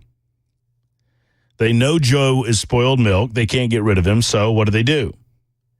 You know, in terms of the debate, they saw what happened during the debate. We all saw what happened during the debate, and so they turned that into, well, at least he didn't lie. At least Joe didn't lie about things. Well, they do lie. I mean, during the debate, Joe Biden said no troops died on his watch. Give me a break. I mean, we watched 13 American soldiers die in Afghanistan alone. Weren't there some troops that died just a couple months ago in Jordan? Of course. I mean, Joe Biden he's making things up. He's making things up. And it's easily fact-checked, but they don't fact-check Joe Biden on the mainstream media. They just fact-check Donald Trump. And they'll use Donald Trump's penchant for exaggeration and claim that he's lying. In the meantime, in real America, almost 3/4 of the American people believe that Joe Biden needs to be off the ballot. After his alarming debate performance, and alarming it was, 72% of the American population believe that the president of the United States does not have the current mental or cognitive health to serve as president. Our 72% of Americans believe that the sitting president doesn't have the ability to be president cognitively. That's up from 65% of voters who said the same just weeks ago. That's a 7-point gain because of the debate alone. The same poll found that 35% of voters said Biden is mentally fit to serve as president, while just 27% of voters said the same in the more recent poll. 72% of voters say that Joe Biden should not be running for president of the United States of America. Here's even worse for them. 45% of Democrats say that he should not continue to run. Think about that. Virtually half the Democrats in the United States of America, virtually half of them say that he should not run. So what do? You need to soften this blow for Democrats, and you need to get over the Kamala problem. You cannot replace Joe with another white man and expect your identity blocks to hold. Remember, you're dealing with identity politics. In identity politics, you have to have oppressors and oppressed. In order to maintain that dynamic, you can't replace Joe with another white dude and skip Kamala. But with Jill Biden, you're bringing out the sensitive side. You're suggesting that she's the power behind the throne. You're keeping the Biden name on the ballot. Kamala Harris can work side by side. You act like it's an effort, a concerted effort to continue the ticket and continue the movement. It's all baloney. It's all Bravo Sierra. Just watch. They could pitch the whole thing as a woman's ticket for the first time in history. That's exactly right. And because let me tell you something. Have you seen Jill Biden on the stump? She's a hell of a lot better than Kamala Harris. One of the biggest mistakes they made was letting her intro him last Friday after the debate debacle, because she was so energetic and so powerful comparatively speaking that it just made him look so much worse when he got up there to talk. It is, you're right. It was an effort to repair, and they couldn't have Joe standing up there for 25 or 30 minutes, so they let Jill take the first 15 minutes, Joe take the last 10 minutes, and Jill made so much more sense. So just, write it down, put it in an envelope, date the envelope. Maybe we open that up later on and we see it. I just suggest to you that my experience indicates to me, if they can't go with Gavin Newsom, if they can't go down the road, this Wes Moore, is that his name? Governor, that they floated around because he's an African-American. He's not moving the needle for anybody, and nobody knows who he is. You've only got 4 months. You need a name that everyone recognizes immediately. And Dr. Jill certainly fits that bill. Is she qualified to be president? She's no more nor less qualified to be president than Joe or Kamala. But you know what? She's over 35 years of age. She's a natural-born citizen of the United States of America, so there you go. Those are your qualifications, ladies and germs. That's about it. 144 on Super Talk 99.7 WTN. Lindsay's next in Pleasant Grove. Hello, Lindsay. Hello, Matt. How are you? Do you want me to roast you first or give you right down to the topic? You can do whatever you want. It's your time. It's your call, Lindsay. So you just go right ahead. It's not a Friday, but whatever you want. I'm going to roast you. Okay. You have 300,000 watts and you don't own an FM radio. You are the host of a talk radio show. You don't have an FM radio. Who told you I don't have an FM radio? You did. When? And Mac didn't have one either. What are you talking about, Lindsay? When did I say that? Well, you got one in your car like everyone else. Yes, I also have one in my kitchen. I also have one in my bedroom. Well, then I don't have to send you one for Christmas. Well, and now I'm done roasting you. Where did you get the idea that I don't have an FM radio? You said it yourself, sir. No, I wouldn't have said that because I do have an FM radio. So. Well, I am sorely mistaken. Well, it's all good. I bet it's not the first time, Lindsay. I think Joe was. I didn't hear that.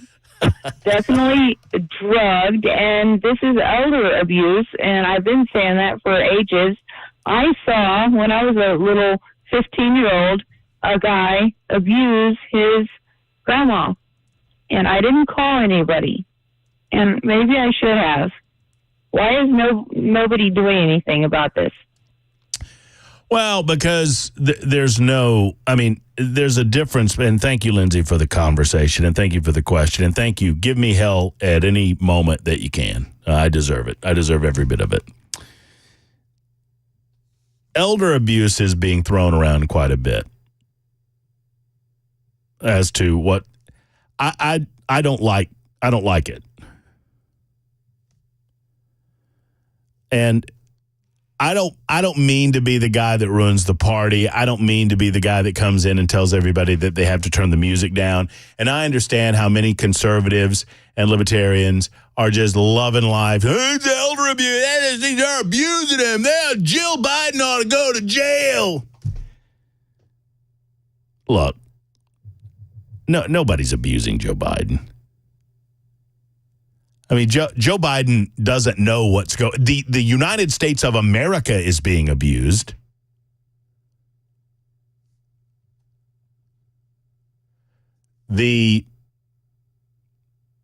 Our system of government is being abused. The idea that we are led in the executive branch by a president of the United States who is an elected leader, that entire concept is being abused. But I don't talk about this being elder abuse because I've seen elder abuse. And once again, I know that a lot of times people are just joking around, having a good time, but I've seen elder abuse, and I've seen stories about elder abuse where children and grandchildren take advantage of mom and dad or grandma and grandpa. They steal their Social Security checks and leave them eating dog food or whatever it might be. And I just, it's not really elder abuse, what's going on. It's ridiculous. It's country abuse. But, I mean, if you take any elderly person that doesn't know where they are or what they're doing and you tell them that they're president of the United States of America and then you walk them around and you give them free ice cream and you tell them to go on stage and read a script and they go on stage and they read a script and they don't know if they've done well or they've done poorly. I mean, did you see Joe Biden's face when Jill told, Joe, you did great. You said all the words and you answered all the questions. You get a gold star, buddy. Yay. It's a different thing. It's a different thing. I mean, it's sad, and we all recognize that Joe doesn't know, but it's not abuse. And once again, I don't want to be the guy pouring cold water on the part. I don't call it elder abuse because that's not what it is. It's country abuse. I mean, would not every single one of us take this? I mean, think about it. If I told Belle Kay, hey, Belle, we're going to dress you up in suits that you don't pay for. We're going to take you around to parts of the world. You don't have to pay a bit of it. You don't have to know where you're going. You don't have to know when you're going to get there. You don't have to know what we're doing. You don't have to know anything. You just have to read stuff when we tell you to read stuff. You have to do stuff when we tell you to do stuff. You have to comment when we tell you to comment. And for your trouble, you're going to get trips around the world. You're going to get free ice cream. And you get to call yourself President of the United States of America. And you have no responsibilities. And Bell K would say, I'm in. Or any of us would say it. So, once again, just keeping it real. I have no sympathy for the Bidens because of what they're doing. Because they know that Joe's not running the country, and they know that's not right. I have no sympathy for Joe necessarily because of what he did to the country for 50 years before he has seen the onset of dementia like we're watching before our very eyes. 150 on Super Talk 99.7 WTN.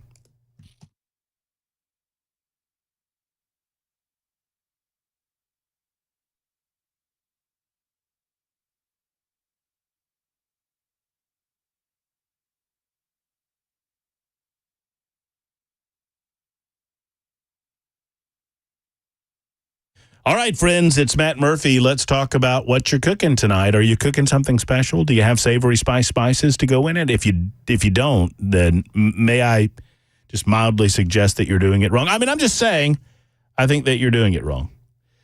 Friends, it is time to get with the spice program with Savory Spice. You can do this by heading to either location, one in Charlotte Pike, that's L&L Market.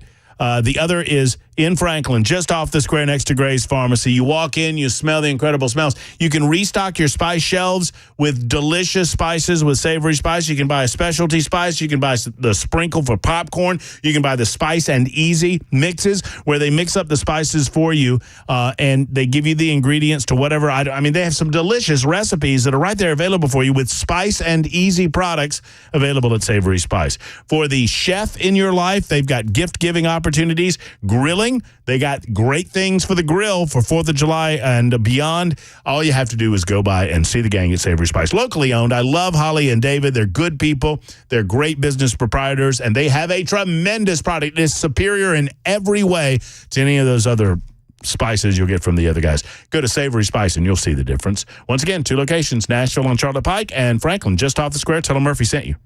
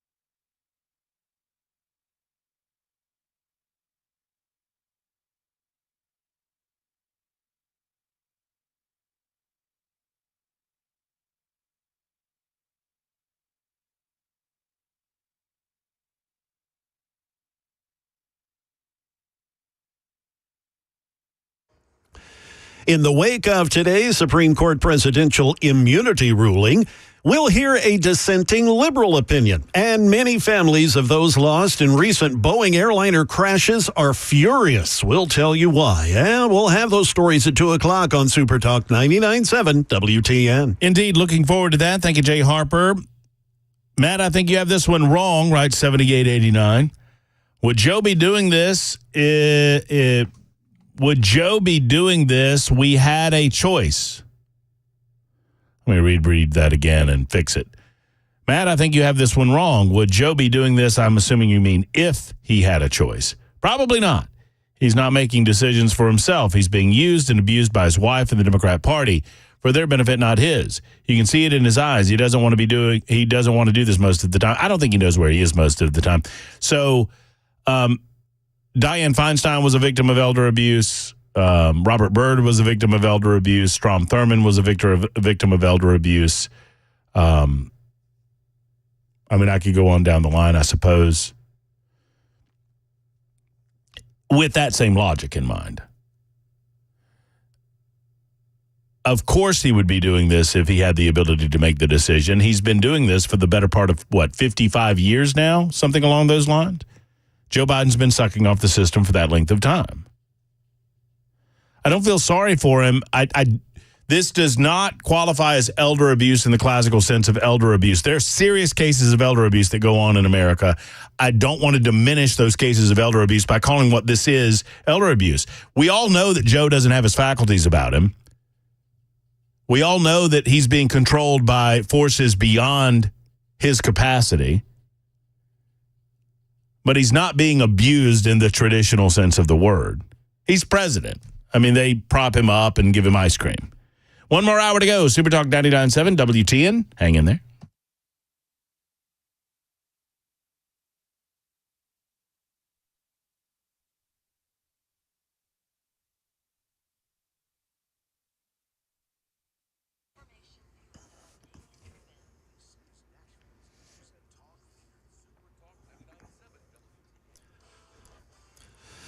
Good afternoon. It's exactly 2 p.m. I'm Jay Harper with your top stories. And on this very first day of July, we're getting the month off, weather-wise in fine shape. Plenty of sun, 82 degrees. A complete weather forecast is on the way.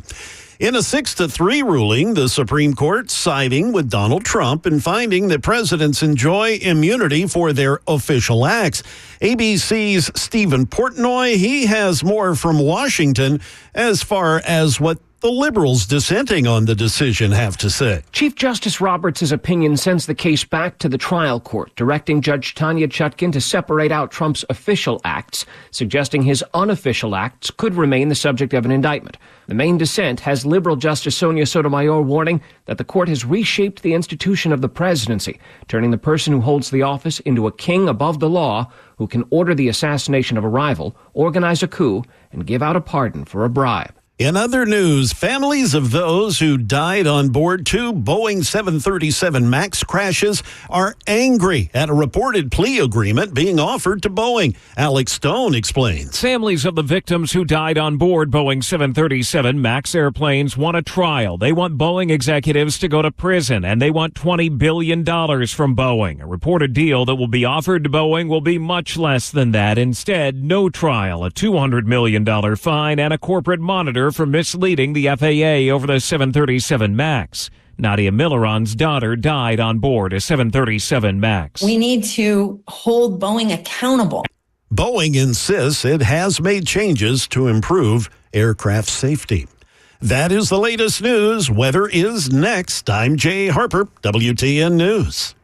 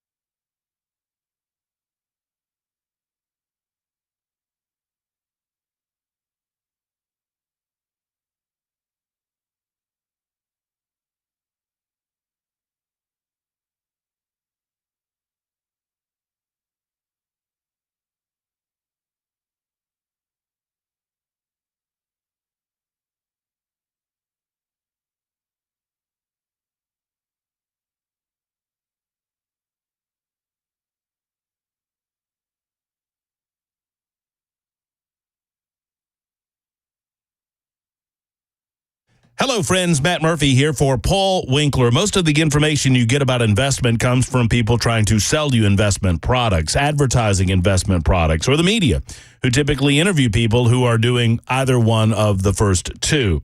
The bottom line is you get very little real education. That's why Paul Winkler focuses on education first. It's very important. Investment isn't like anything else you do. When you think of hiring a contractor, you look at how good someone has done in their previous jobs. It's difficult to do that in investment. Once again, why education is so important. Why in all of their 10 offices, they have a chartered financial consultant or a certified financial planner in each office ready to serve you. My name is Matt Murphy, and I'm a sponsor. I'm an endorser of Paul Winkler, but I am also a client. I get paid to do the endorsement, but I don't get paid to be a client. I am a client because I believe in Paul and the manner in which he does his business, and he is good at what he does. PaulWinkler.com for more information. That's PaulWinkler.com, or call him today at 615-851-1950. 615-851-1950, and tell him Matt Murphy sent you to Paul Winkler and PaulWinkler.com.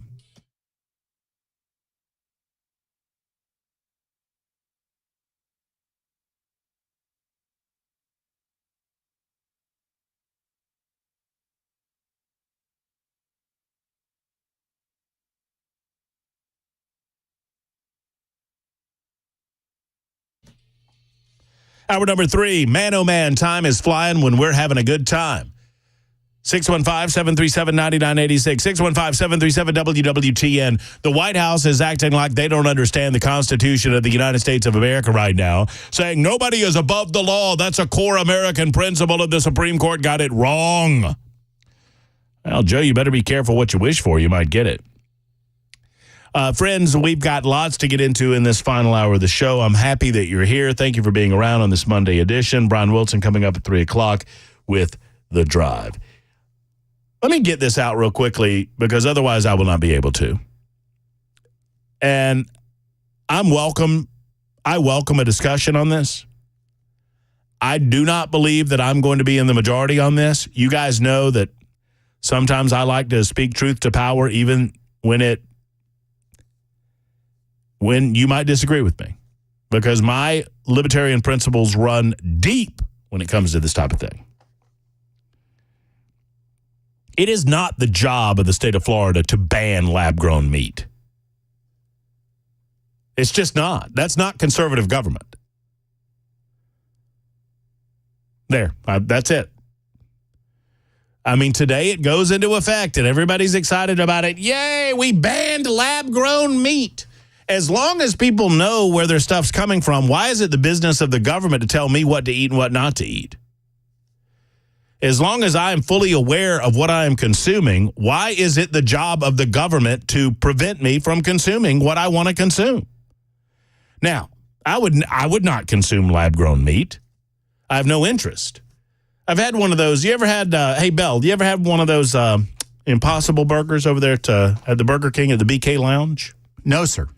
I would think that you would frequent the BK Lounge quite a bit, considering your name. No. You know?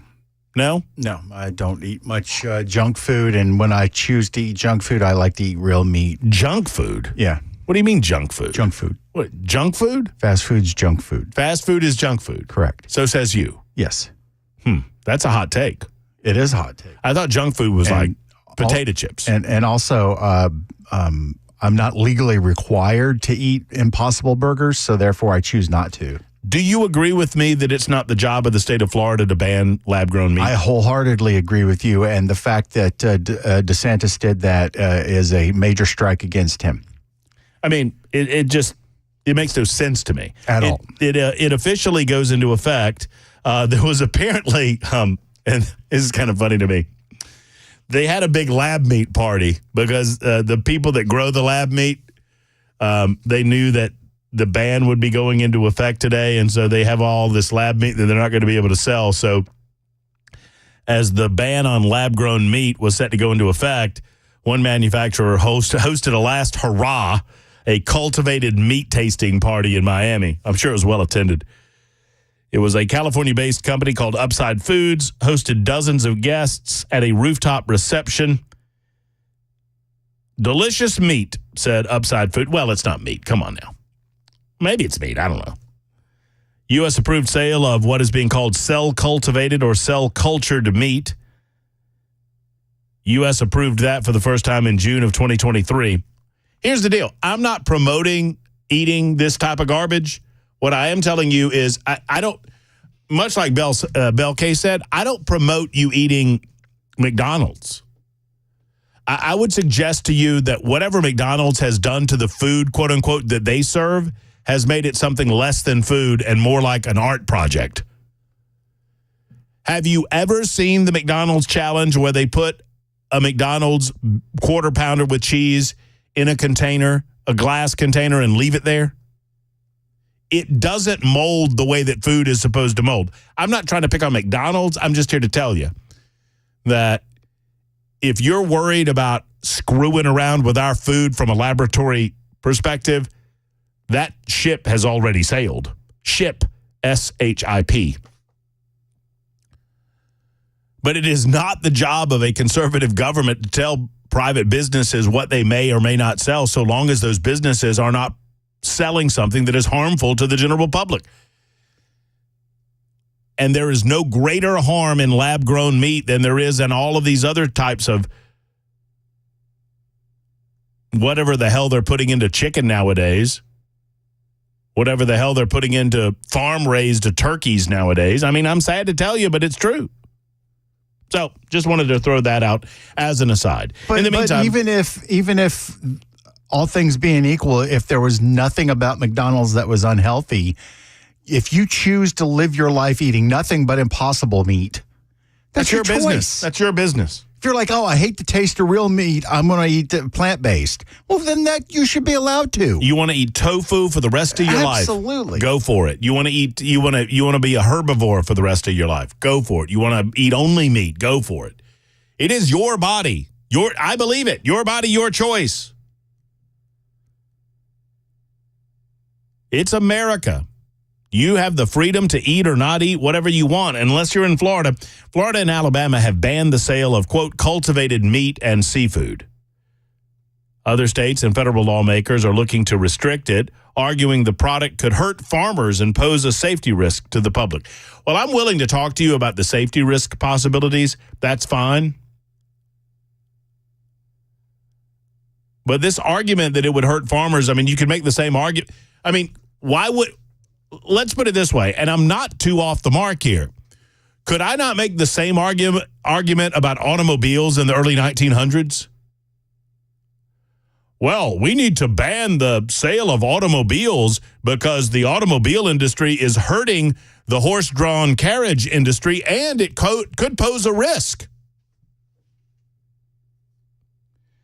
While I'm not supporting lab-grown meat in any way whatsoever, come on now. This is not conservative. I mean, lab-grown meat is bound to fail anyway. Let's just let it fail on its own. Mike writes in and says, Florida is one of the producers of beef, likely has something to do with it. That's my point, Mike. It should not be the position of government to favor one business over another in a free market society. In a society that believes in capitalism, the government should not be putting their thumbs on the scale. Let this lab-grown meat die on its own. Dan writes in and says, the problem is they'll use it in our processed food without telling us. Now, you got to tell us where the food comes from. There are ingredients on everything that you eat, and I expect that those ingredients will fully inform the American public as to what they are consuming. But Dan says, if they aren't already in pet food too, remember the pink slime? Perfect example. You talking about McDonald's? The chicken nuggets? Yeah. Man, those chicken nuggets are good, though. Have you ever had them? Hot and fresh? No. Not a chicken Have you had them? Have you had them? I have. Have you had an all-meat chicken nugget from, like, I don't know, Chick-fil-A? Chick-fil-A. I have. And then you go over to McDonald's and you have one of those delicious processed cream slime chicken nuggets, and I'm telling you, that breading is nasty. To each their own, buddy. Jerry's next up in Kingston Springs. Hello, Jerry. How are you? Hey, Matt. How you doing, buddy? I'm well. Man, I tell you, Dan used to be my number one when he got on this show. And then Chris Ann came. He shot up to number 1. You were number 2. Now you just shot up to number 1 with your first monologue opening on Biden. I mean, and your laugh, by the way, between Gazoo on Batman and Leprechaun from the movie Leprechaun, your laugh is just crazy. Anyway, I called because I agree with you 100% on Biden. And I've been waiting to say this for 3 years. I didn't think it was going to be on your show that I called to say it, but it is, because you brought it up and you hit it right on the head.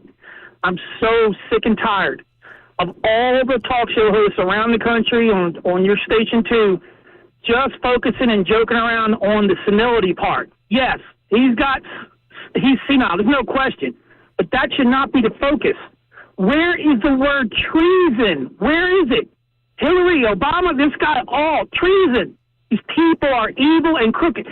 There's a saying, a liar has to have a good memory. This man has been lying for almost a half a century, 50 years in politics.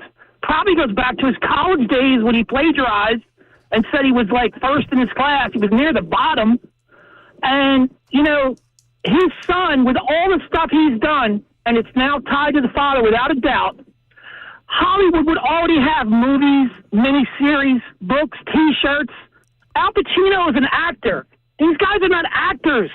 And they're running the show. They're destroying the entire world, putting us up against World War III with the drugs and the laptop and the lies and the selling of the office and the Ukraine videos threatening to fire to hold the money back, taxpayer money, if they didn't fire the investigator for his son.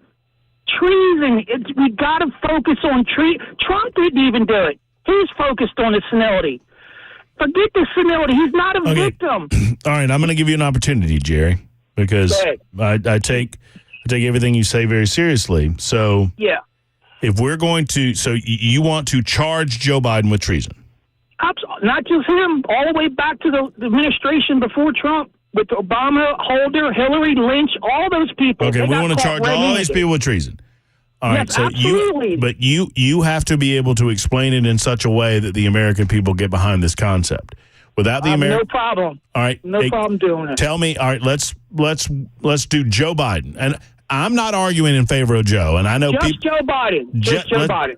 Tell me the what video of him saying, "I'll be darned if you don't fire the investigator on my son's case on the deal with the Solera, with whatever that was. Not Solera, that was the last one. The gas company. What was it? You see how your case for treason is going to have trouble if you... No, it won't, because she's on video this way? saying, if you don't fire him, you're not getting the money. That's extortion. That's taxpayer money. You can't do that. Mm-hmm. He's on video saying that's smoking gun right there. Yes, I understand. I understand how we see that video, and I've played the video on multiple occasions. I also understand that there's another explanation for that video.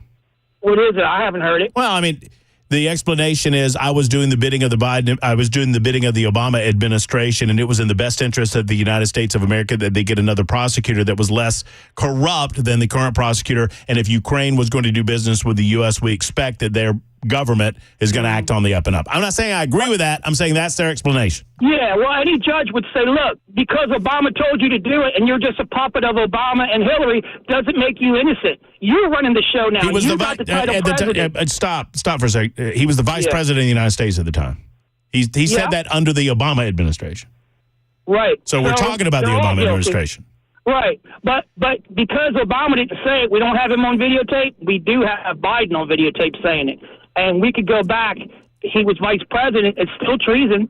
I don't care if you're the head of the FBI or CIA or NSA, whatever. It's treason. It's treason. Right? It doesn't have to be Obama that we take down. He wasn't on the video. Biden was. Okay. Go ahead. What is the easy? This is what I'm trying to help you understand, or at least this is my take on it, Jerry. I understand your frustration. Yes. With the corruption within the Democratic Party. Which is the easier path? To convince a court and to convince several courts that what you're saying regarding treason and your version of events is better than other versions of events. Let me finish the statement before you comment, please. Thank you. Okay. Or is it an easier path to just win an election? None of the above. Well, wait. Why are you overcomplicating this? Just win the election. None of the above. I'll tell you exactly why. Winning the election is not going to solve our problems. They're so deep and so vast. One man, I said this before to Chris Hand, and he said, "Why are you so gloom and pessimistic?" I'm not. I love Trump. I voted for him twice. I'll vote him again. But Trump's not going to change anything. It's not going to change anything. You just said. He's not going to deport 20 million people. Well, you just said. Well, then why are you voting? Why haven't you given up? Well, you have to vote. I'm going to vote. No, you don't. No, you don't. No, you don't. No, you don't. You can give up. You can say. No. I would never give up. I'm a patriot. I'm never going to give up. You've already given up, Jerry. No, I've given up on the system because I'm not trying to fuss with you, but I said let's win an election, and you said, well, it's not going to matter. No, I want him to win. I do, and I will vote for him. But it's not going to matter, Jerry. It's not going to matter. You know who told me that? A wise guy named Jerry. Like 20 seconds ago, you just told me it's not going to matter. If that alone, what I meant, I'll retract. What I meant to say was, I misspoke. It's going to take more than that. It's that and a lot more things that we're not doing. We got to focus on the right things. You are not going to beat the political left by becoming the political left. And what you are trying to do is do a little bit to them what you see them doing to us. And what I'm telling you is we don't win our country back that way, Jerry. You become just as much of a scumbag as they are. No, I don't think so. I think the only real answer, and you're not going to like what I'm going to say here, but I'm going to say it. 1776, the Tea Party started it, and that's where we got to get to. Because you can't fix the problem. You can't fix politics with politics. So you want to solve treason with treason? No. What I wanted... That's exactly what 1776 was treason against the British Crown. What are you talking about? It was kinetic action against taxation without representation. Jerry. Yeah, let's me and you talk. Let's me and you talk. Go ahead. Okay. Go ahead, brother. 1776. About a third of the patriots here in the Patriots, Tories, and people didn't give a crap. All it takes is 20%. Hold on. So, but it was treason against the crown. They would have been killed if we hadn't won. They would have been killed. They tried. They would have been killed. And there were a lot of royalists in America. So you started your call arguing against treason, but now you're arguing in favor of it, which is fine. No, I just find it funny. No, I just find it funny that when you're doing it, it's liberation. When they look at what they're doing as liberation too. You know understand. That, right? I got it. There's two sides. There's two sides of every coin. And then there's the third, which is the edge. And I get what you're saying. They look at it their way, we look at it our way. But eventually our way will win because we are the majority, moral majority. But they want us to think we're the minority. But that's all divide and conquer. It's not going to work. It's going to backfire. It's just a matter of time. Look, the left gets away with a lot because they have so many embedded bureaucrats into the system. They do. I think the Chevron case from last week is going to have far more reaching impact as to solving some of the issues that you're talking about. In all seriousness, Jerry, I understand why you're frustrated. I understand why we feel like Joe Biden can run around and get away with anything that he wants to say regarding Ukraine and Burisma, and you're going to fire that prosecutor before I leave, or you're not getting the $1 billion. I know exactly what you're talking about, and I'm right there with you. It is as frustrating as hell that they seem to get away with all of this stuff, and quote-unquote, we don't seem to get away with any of it. Well, the quote-unquote, we don't seem to get away with any of it is because we don't engage in that kind of garbage because we believe in the rule of law. We believe in the Constitution. We believe in the manner in which this system is supposed to run. But the problem is the rule of law is no more because they got all that set up too and rigged into judges. I mean, look at the judge that's going after Trump. I mean, those are not even the process. It is an easy life not to initiate any action because you already have convinced yourself that no matter what we do, we're already screwed. No, that's exactly what you. No, I'm done. I mean, I love you, Jerry. Thank you for the call, and I appreciate the robust back and forth. And don't get me wrong, this is not a good. This is not a bad conversation. This is a good conversation to have. I'm just way late, and I'm getting in trouble with Bell. But understand what I just said to you. And I love you. And thank you for thinking, and thank you for believing, and thank you for being there for your country, and thanking you. I mean, I'm thanking you for all of those things. And I share the sentiment that we're probably not going to get out of this alive. Okay? but it is an easy life to lead where you don't feel like you have to start or initiate any action because you've already reached the conclusion that whatever action you take is not going to work. It's 24 after the hour on Super Talk.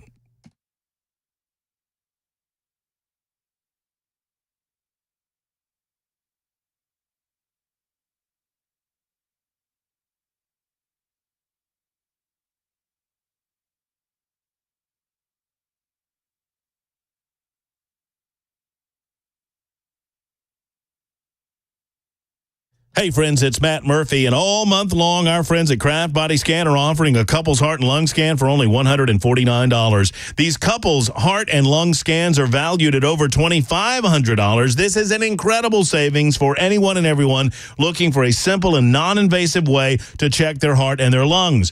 You need to get your health checked. You need to do this before symptoms present, I should say.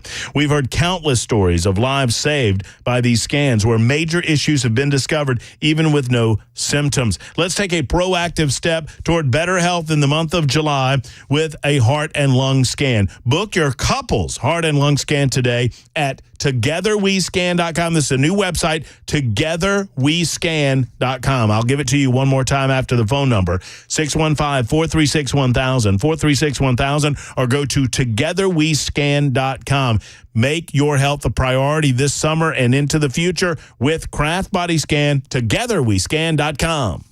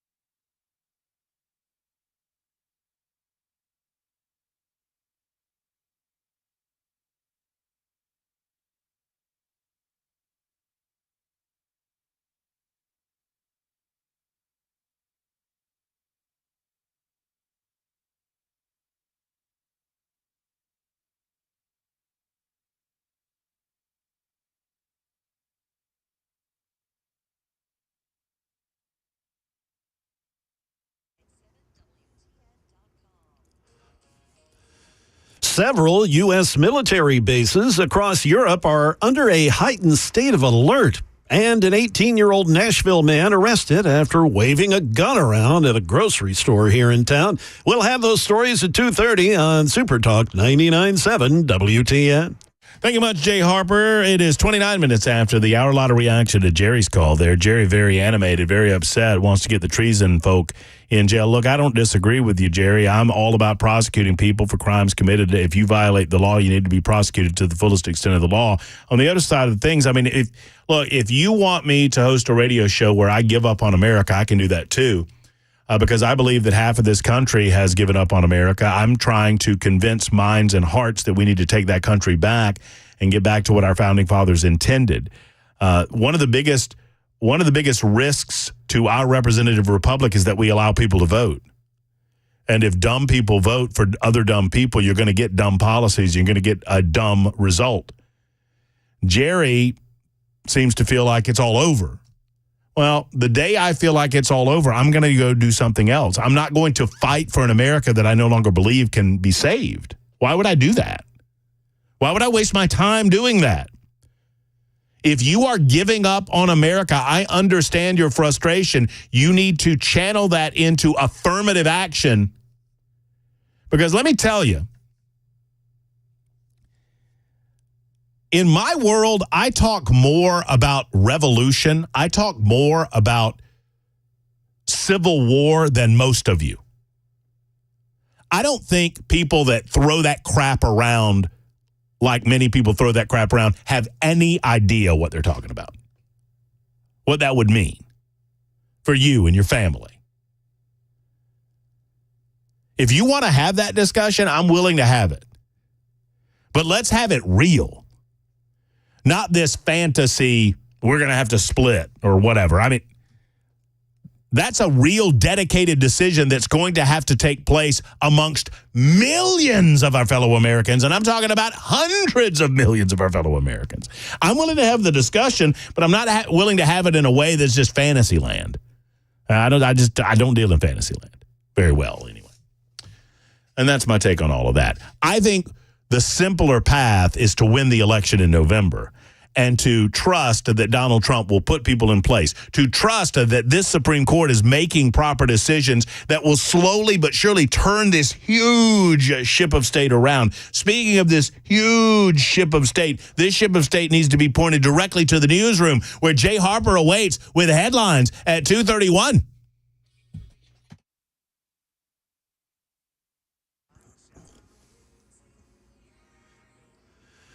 Good afternoon, 2:31. I'm Jay Harper with your top stories. A whole bunch of sunshine, 84 degrees with relatively low humidity on this July 1st. We'll have the forecast for you, and it's going to get hotter. That's coming up. Several U.S. military bases across Europe have been put under a heightened state of alert of force protection condition. That happened over the weekend. The current level, Charlie, is the second highest state of alert that, quote, applies when an incident occurs or intelligence is received indicating some form of terrorist action or targeting against personnel or facilities is likely, unquote.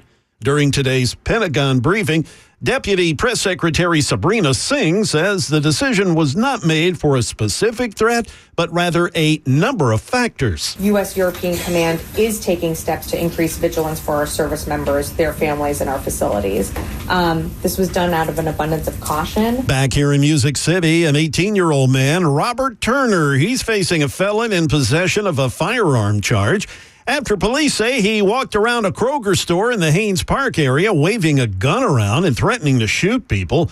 Channel 4 says Turner claimed the gun was for his protection because somebody was pointing a gun at him. Well, he's got some time to think about it as he now sits in jail with a $50,000 bond. That is the latest news. Weather's next. I'm Jay Harper, WTN News.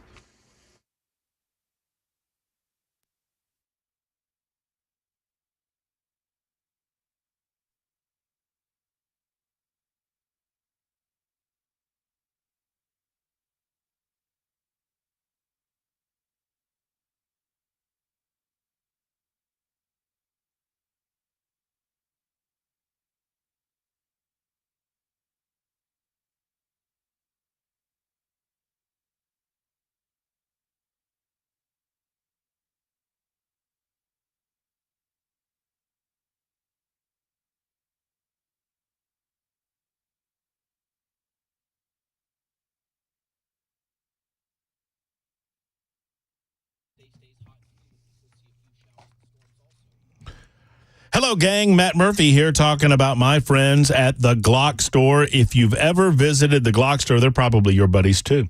because they're good people at the Glock store, friendly in the retail side of things, friendly in the Shoot 270 rooms. If you've not visited the Glock store, then you really should, especially if you have any interest whatsoever in Glock handguns and Glock performance parts. There's a reason that it's called the Glock store. If it has anything to do with the Glock, anything whatsoever, it is on the shelf at the Glock store. If it's not there, it's in the warehouse.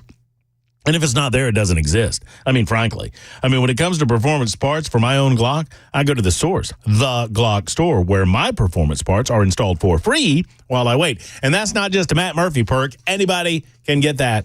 You can all get your performance parts installed for free while you wait. Of course, they have the incredible Shoot 270 indoor ranges as well. No lane nonsense at the Glock store. You get a room with an instructor, a private instructor, and that's a better training experience. It's as simple as that. Been to a lot of gun stores, friends. I've been a supporter of the Second Amendment all of my life. Since I was a kid, I've been handling guns, and I've seen them all. And the Glock store is the best. Glock store, Airlane Drive, just off of Elm Hill Pike and Briley Parkway. The Glock store and Glockstore.com. Also, Shoot270.com. Minutes away from the airport and worth the drive from anywhere.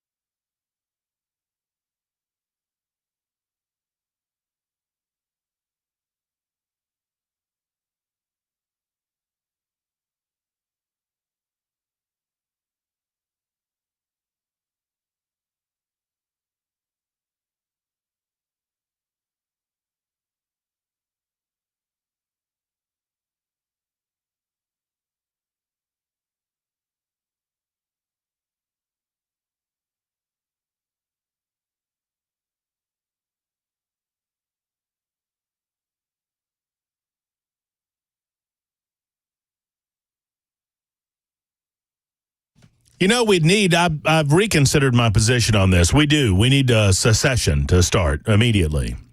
I'm not kidding. So what would that look like, Bell? If we started right now, we need a power grid. We need Texas on our side. Yeah, that would help. Maybe Florida. Kind of all of that. If we could get like Texas, throw some Mississippi in there just for continuity or what. But just to get them over to Tennessee, we need a contiguous, deal. We need Texas has the oil. Texas has some grid that we kind of need. Plus, they've already got experience with being their own country. Yeah, we sure do. Independent state of Texas. We're going to have to do without a few things. We're going to have to do without football. No football for a while.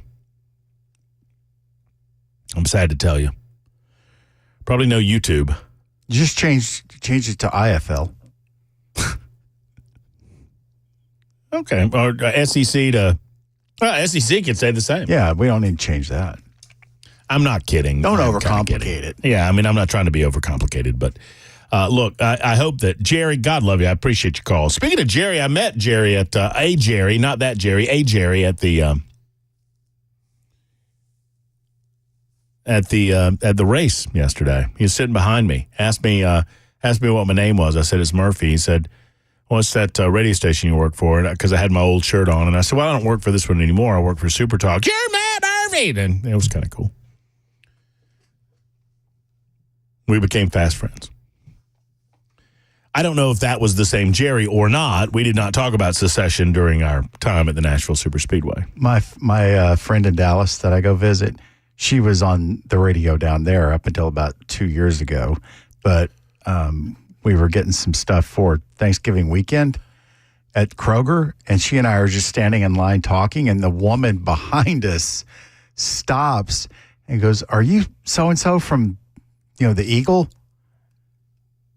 She had been on the air 2 years, and the woman recognized her by her voice. That's nice. That's crazy. Oh, that's good. I was like, no, it's not her. Shut up, you old bag. Come on.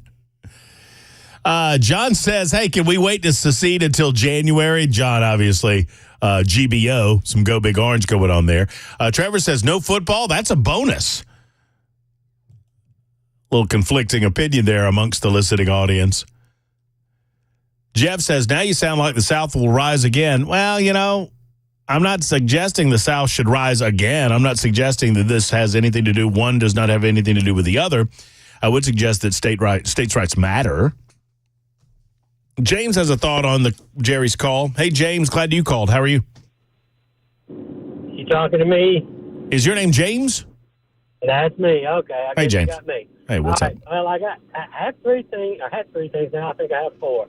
First, when you talk about Biden and Burisma, you say he was doing the bidding of the Obama administration. Well, that's the argument the Nazis used. It didn't fly then. It shouldn't fly now.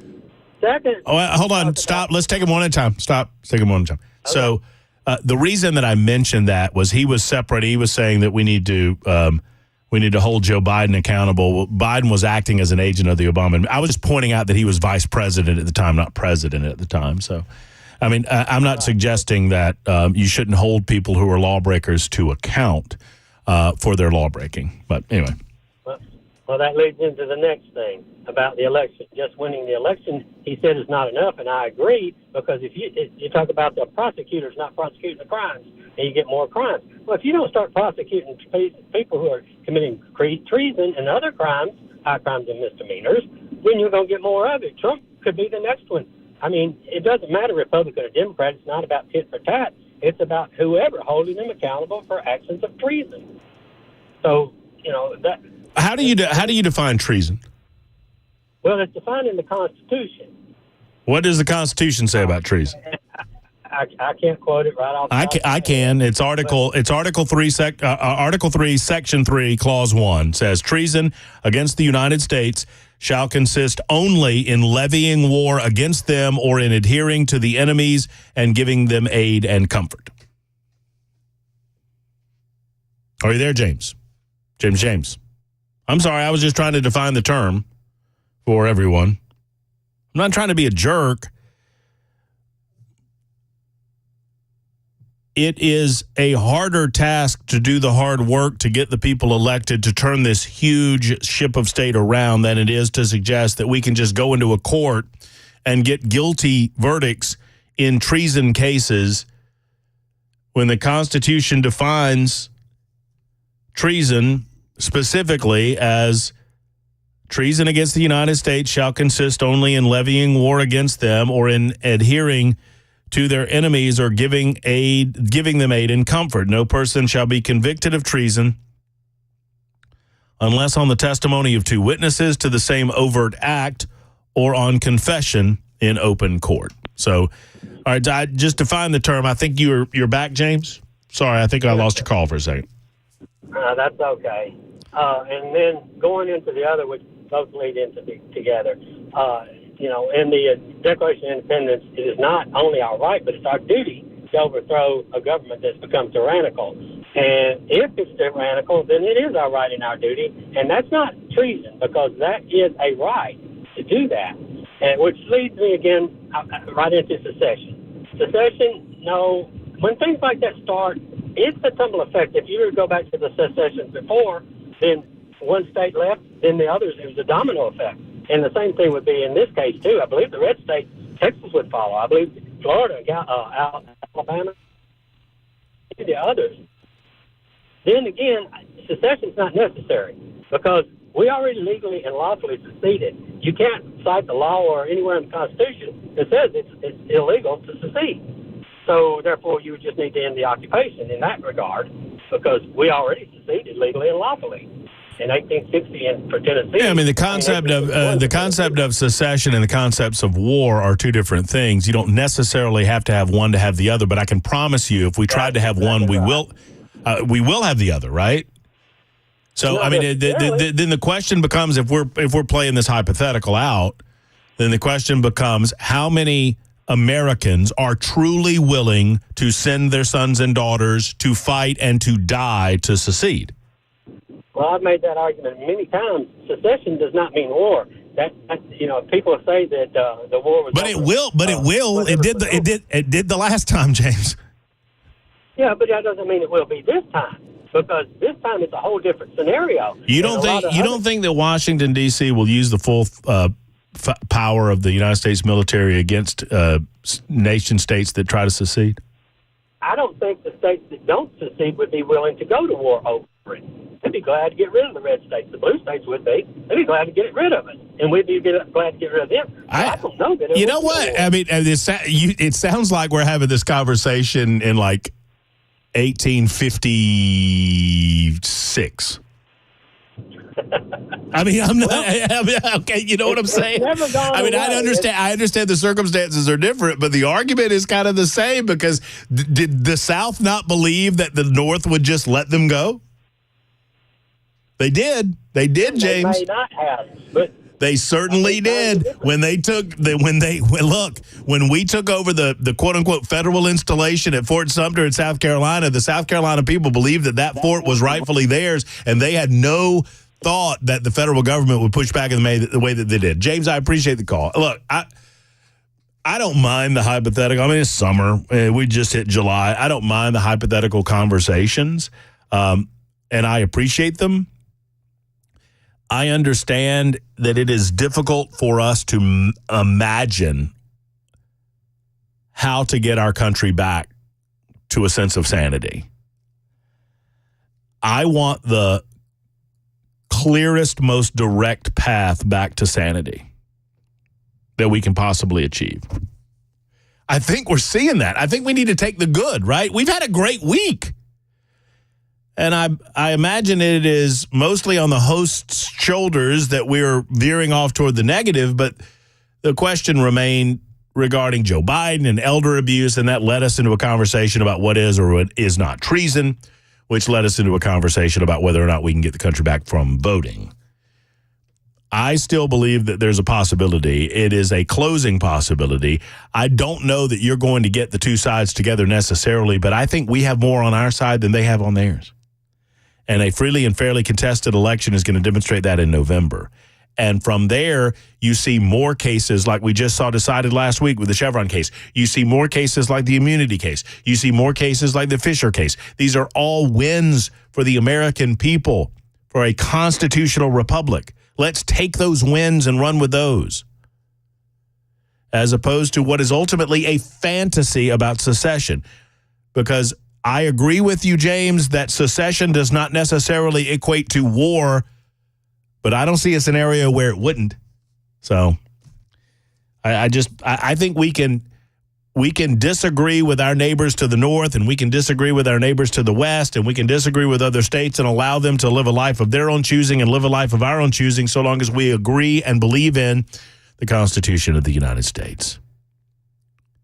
It's 2:49.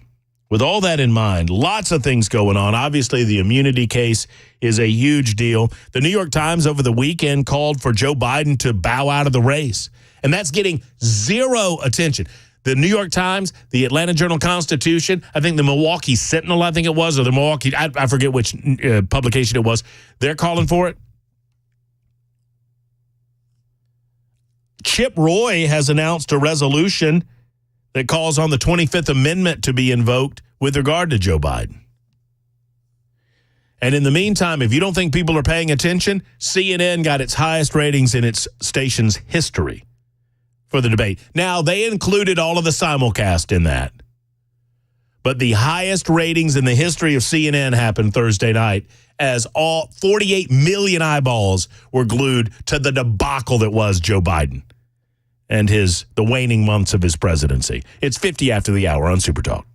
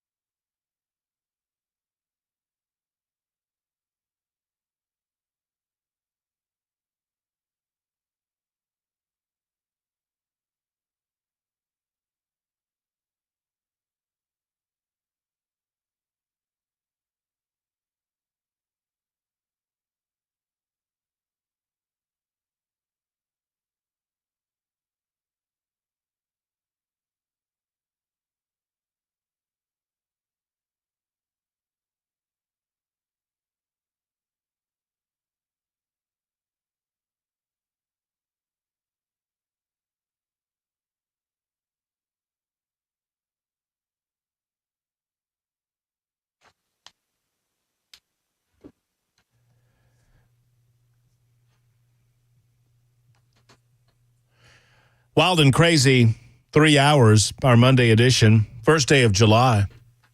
Love it, love it, love it, love it, everything about it. Love today. I mean, obviously a busy news day, and it doesn't stop with me. As a matter of fact, just getting the warm-up out of the way for the drive with Brian Wilson, and Brian Wilson is present and accounted for. I hope you had a great weekend, my friend. I did. I got a lot of little things done, and how's the finger? That's what everybody wants to know. Well, my finger's fine. I had to have surgery on my hand because of my misspent youth without any sunblock, and it is doing well. In fact, I was really worried that the thing I was more concerned about was is this going to harm my ability to play guitar? And it turns out it doesn't. So I'm extremely thrilled. It's going to be a while healing up, but I'm not going to be stopped from playing guitar, which was my major concern. Were you surprised at all? And I know you'll get into it today. I'm sure of it. But were you surprised by the ruling today by the Supreme Court? No, I mean I sort of thought that they were going to try to find the middle ground there, and I think they did. It's official versus unofficial. Right. If it's an official act, you're protected. If it's an unofficial act, you're not protected. And now it means that it's got to go back, and the lower court judge has to decide, well, what is an official? Was this an official act? And if so, then that it kills the case. If she rules that it's an unofficial act, then the case may stay alive. But one way or the other, I mean, the big headline here is this case is not going to trial anytime soon. And in fact, I don't think any of the cases now. Beyond, we got a July 11th, sentencing on that other case, but on the New York case. But beyond that, I don't see any other, case possibly interrupting the campaign. Trump's going to be free to get out on the campaign trail and not have to worry about showing up and being held in court, unless the judge, what's his name?